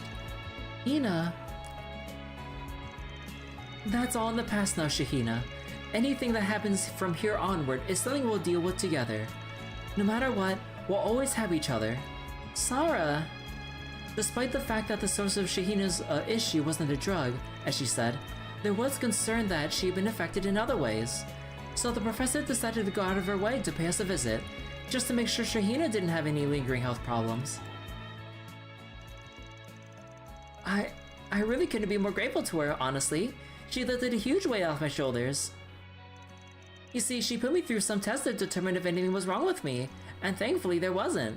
But it was only once the professor gave me the all clear that I felt like I could relax. Seriously, I practically collapsed in relief. Huh. I wanted to express my gratitude by repaying her somehow, but she turned down everything I offered. But because the inns happened to be full, she ended up having to spend the night with us. It was kind of crazy. I mean, the Professor Hamilton, the one in all the history books, she was in our house cooking a traditional Central Eastern dish for us. She even whipped us up a treat from Basel as well, or two. Ooh, what'd she make? I knew it was coming, and yet... Okay, but what did she make? Western pastries known as news torts and Central Eastern croquettes called falafel. They were so delicious, Shahina actually asked the professor for seconds. Hey, you promised you'd never bring that up again, Sarah, and you were eating seconds too anyway. Aw, it all sounds so tasty, I'm starving. You just had a parfait. Whatever, at least you're consistent. At any rate, it sounds like the professor's quite skilled in the culinary arts. I've heard her pupils mention similar stories in the past. Oh, you must be talking about Katra, huh? He's told me quite a few stories about her cooking too. Huh? What's that look they're all giving each other? You know, after you two mentioned the professor at your house earlier, the question of how you all knew each other just wouldn't stop nagging at me. Thanks for filling in all the gaps, you two. Honestly, that woman's done a heck of a lot for so many. Even the church. Seriously, 11 years ago.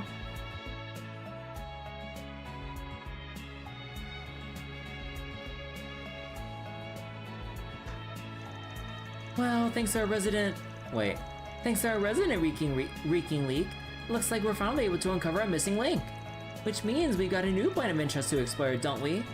Right, so the professor came to Tharbad to investigate a drug refining facility. If we can find where that is, it might also lead us to where she was in that memory we saw. Last year, Awkward Solutions broke into a facility that was refining agave plant components into drugs. It was located underneath Vegas Films, apparently. Then that's where we're headed next. Man, you sure taught these kids well, Rufus. Barely even had to use my brain for this one. I did nothing of the sort, I'm afraid. The credit for their mental acuity lies with them and them alone. At any rate, I'd heard the refining facility was on the Vegas Films 5th basement level, though it's said to have been cordoned off by the authorities. Perhaps we'd like to ask around about the matter.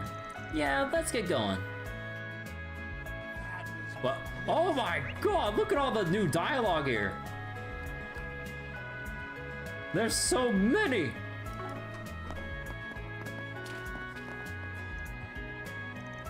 Now that I'm thinking about it, something bothers me about the conversation we had at the hotel about last year's incident. Marielle, is something wrong? Oh, nothing, don't worry. I was just missing out because of the heat. Oh, and about the upcoming performance we were talking about. Say, you guys aren't done investigating yet, right? As a reporter, I'm all in favor of sussing out the truth. Whether or not I'm allowed to write an article about it is a different story.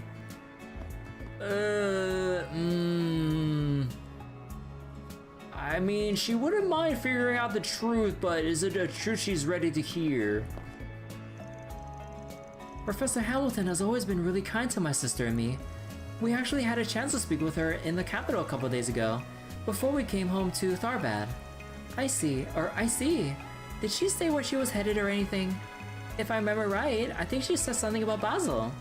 It must be hard having to run all over the place like that. You wouldn't think she was an old woman at all. I hope we can offer her some hospitality when she stops by Tharbad again.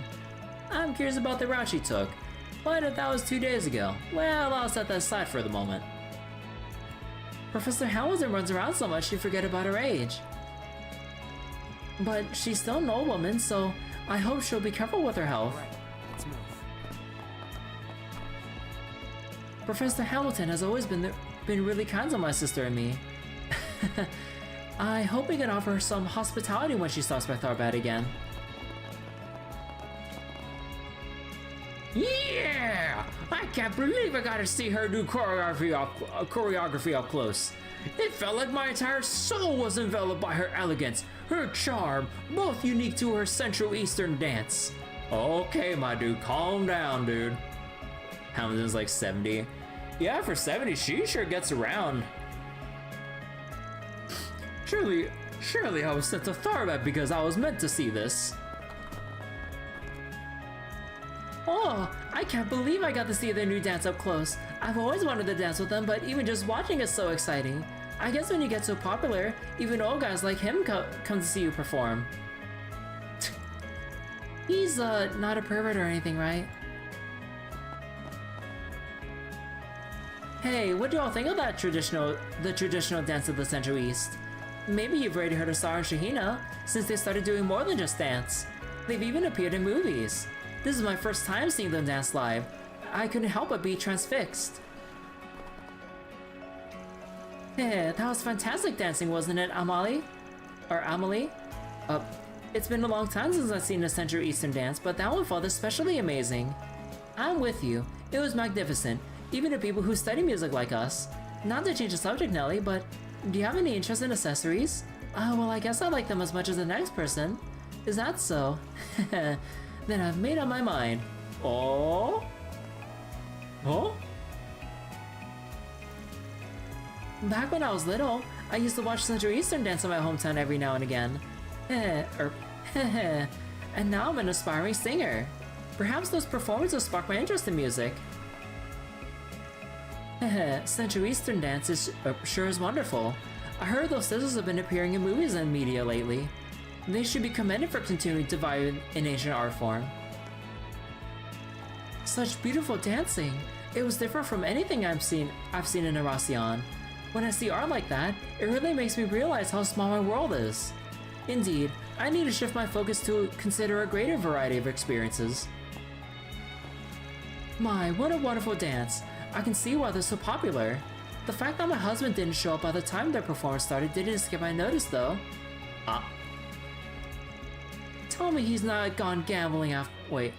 Tell me he's not gone gambling after all. Well. Well, that was worth seeing, wasn't it? Gosh, just be honest, your eyes are fixed on the stage the whole time.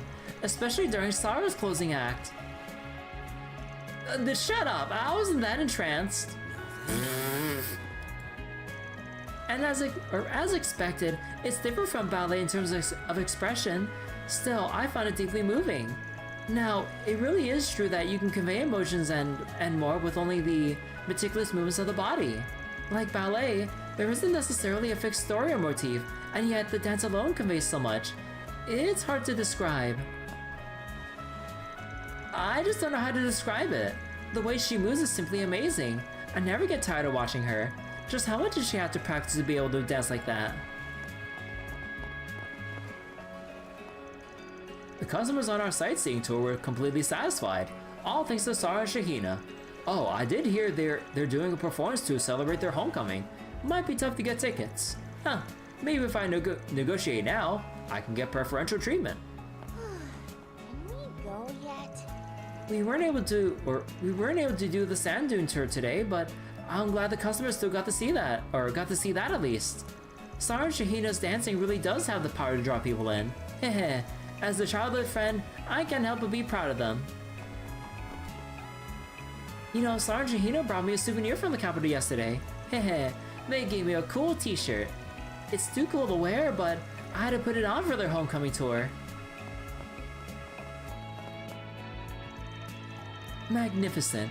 Not only have I come to understand the Desert Central Eastern dance and the influence of its origins, but I have also discovered that those two are no mere dancers. How do I put it? Perhaps they best exemplify the act of putting one's soul into their art. In a sense, it's not unlike how my father and I put our feelings into our cooking. I could feel the passion, the soul that those girls put into their dance. The feelings that have been passed down through generations could even be said to have a life of their own. It was magnificent. Oh, how fresh! So this is the essence of Central Eastern dance. I've seen a few flashy plays myself, but they failed to express themselves quite like this performance. In any case, Mason seems happy. I'm glad we got to see it together. Whew. So I'm guessing back to the entertainment district? Zoom, zoom! And yep, all the way down to Vegas Films. Although... Zoom zoom. Yeah, it's always cute hearing Nadia's like fast travel lines. But yeah, I think like... I don't know, I think I might call it short tonight because like the shortness of breath that I'm having is really annoying me right now. Like I'm having to like constantly pace myself more than usual when I'm having my like usual read-throughs of like all the dialogue and everything. So I think just out of caution and everything, I think I'll just call it early and probably rest up tomorrow or something.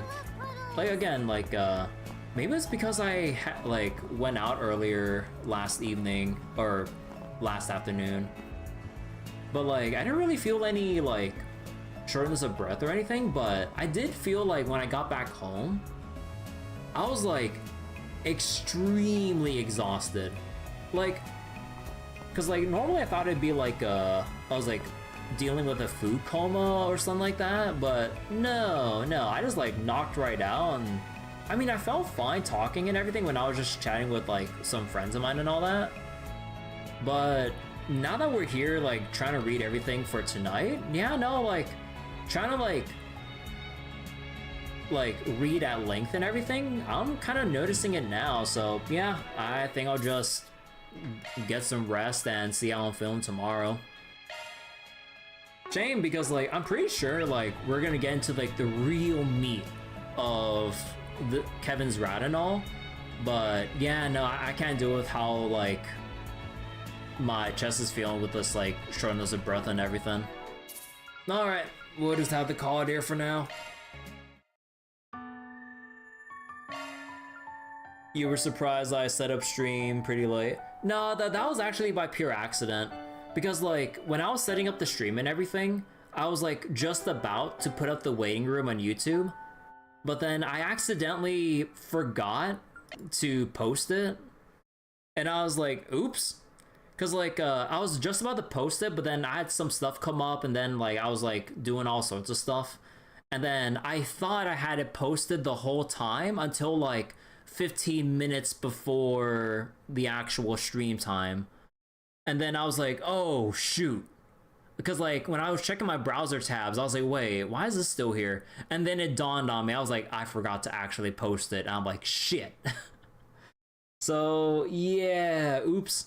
That was purely my bad. Like, I fully intended to post it up like several hours earlier, but it just, like, you know, I had to like get up, do something, and then like it completely slipped my mind to click that like post button.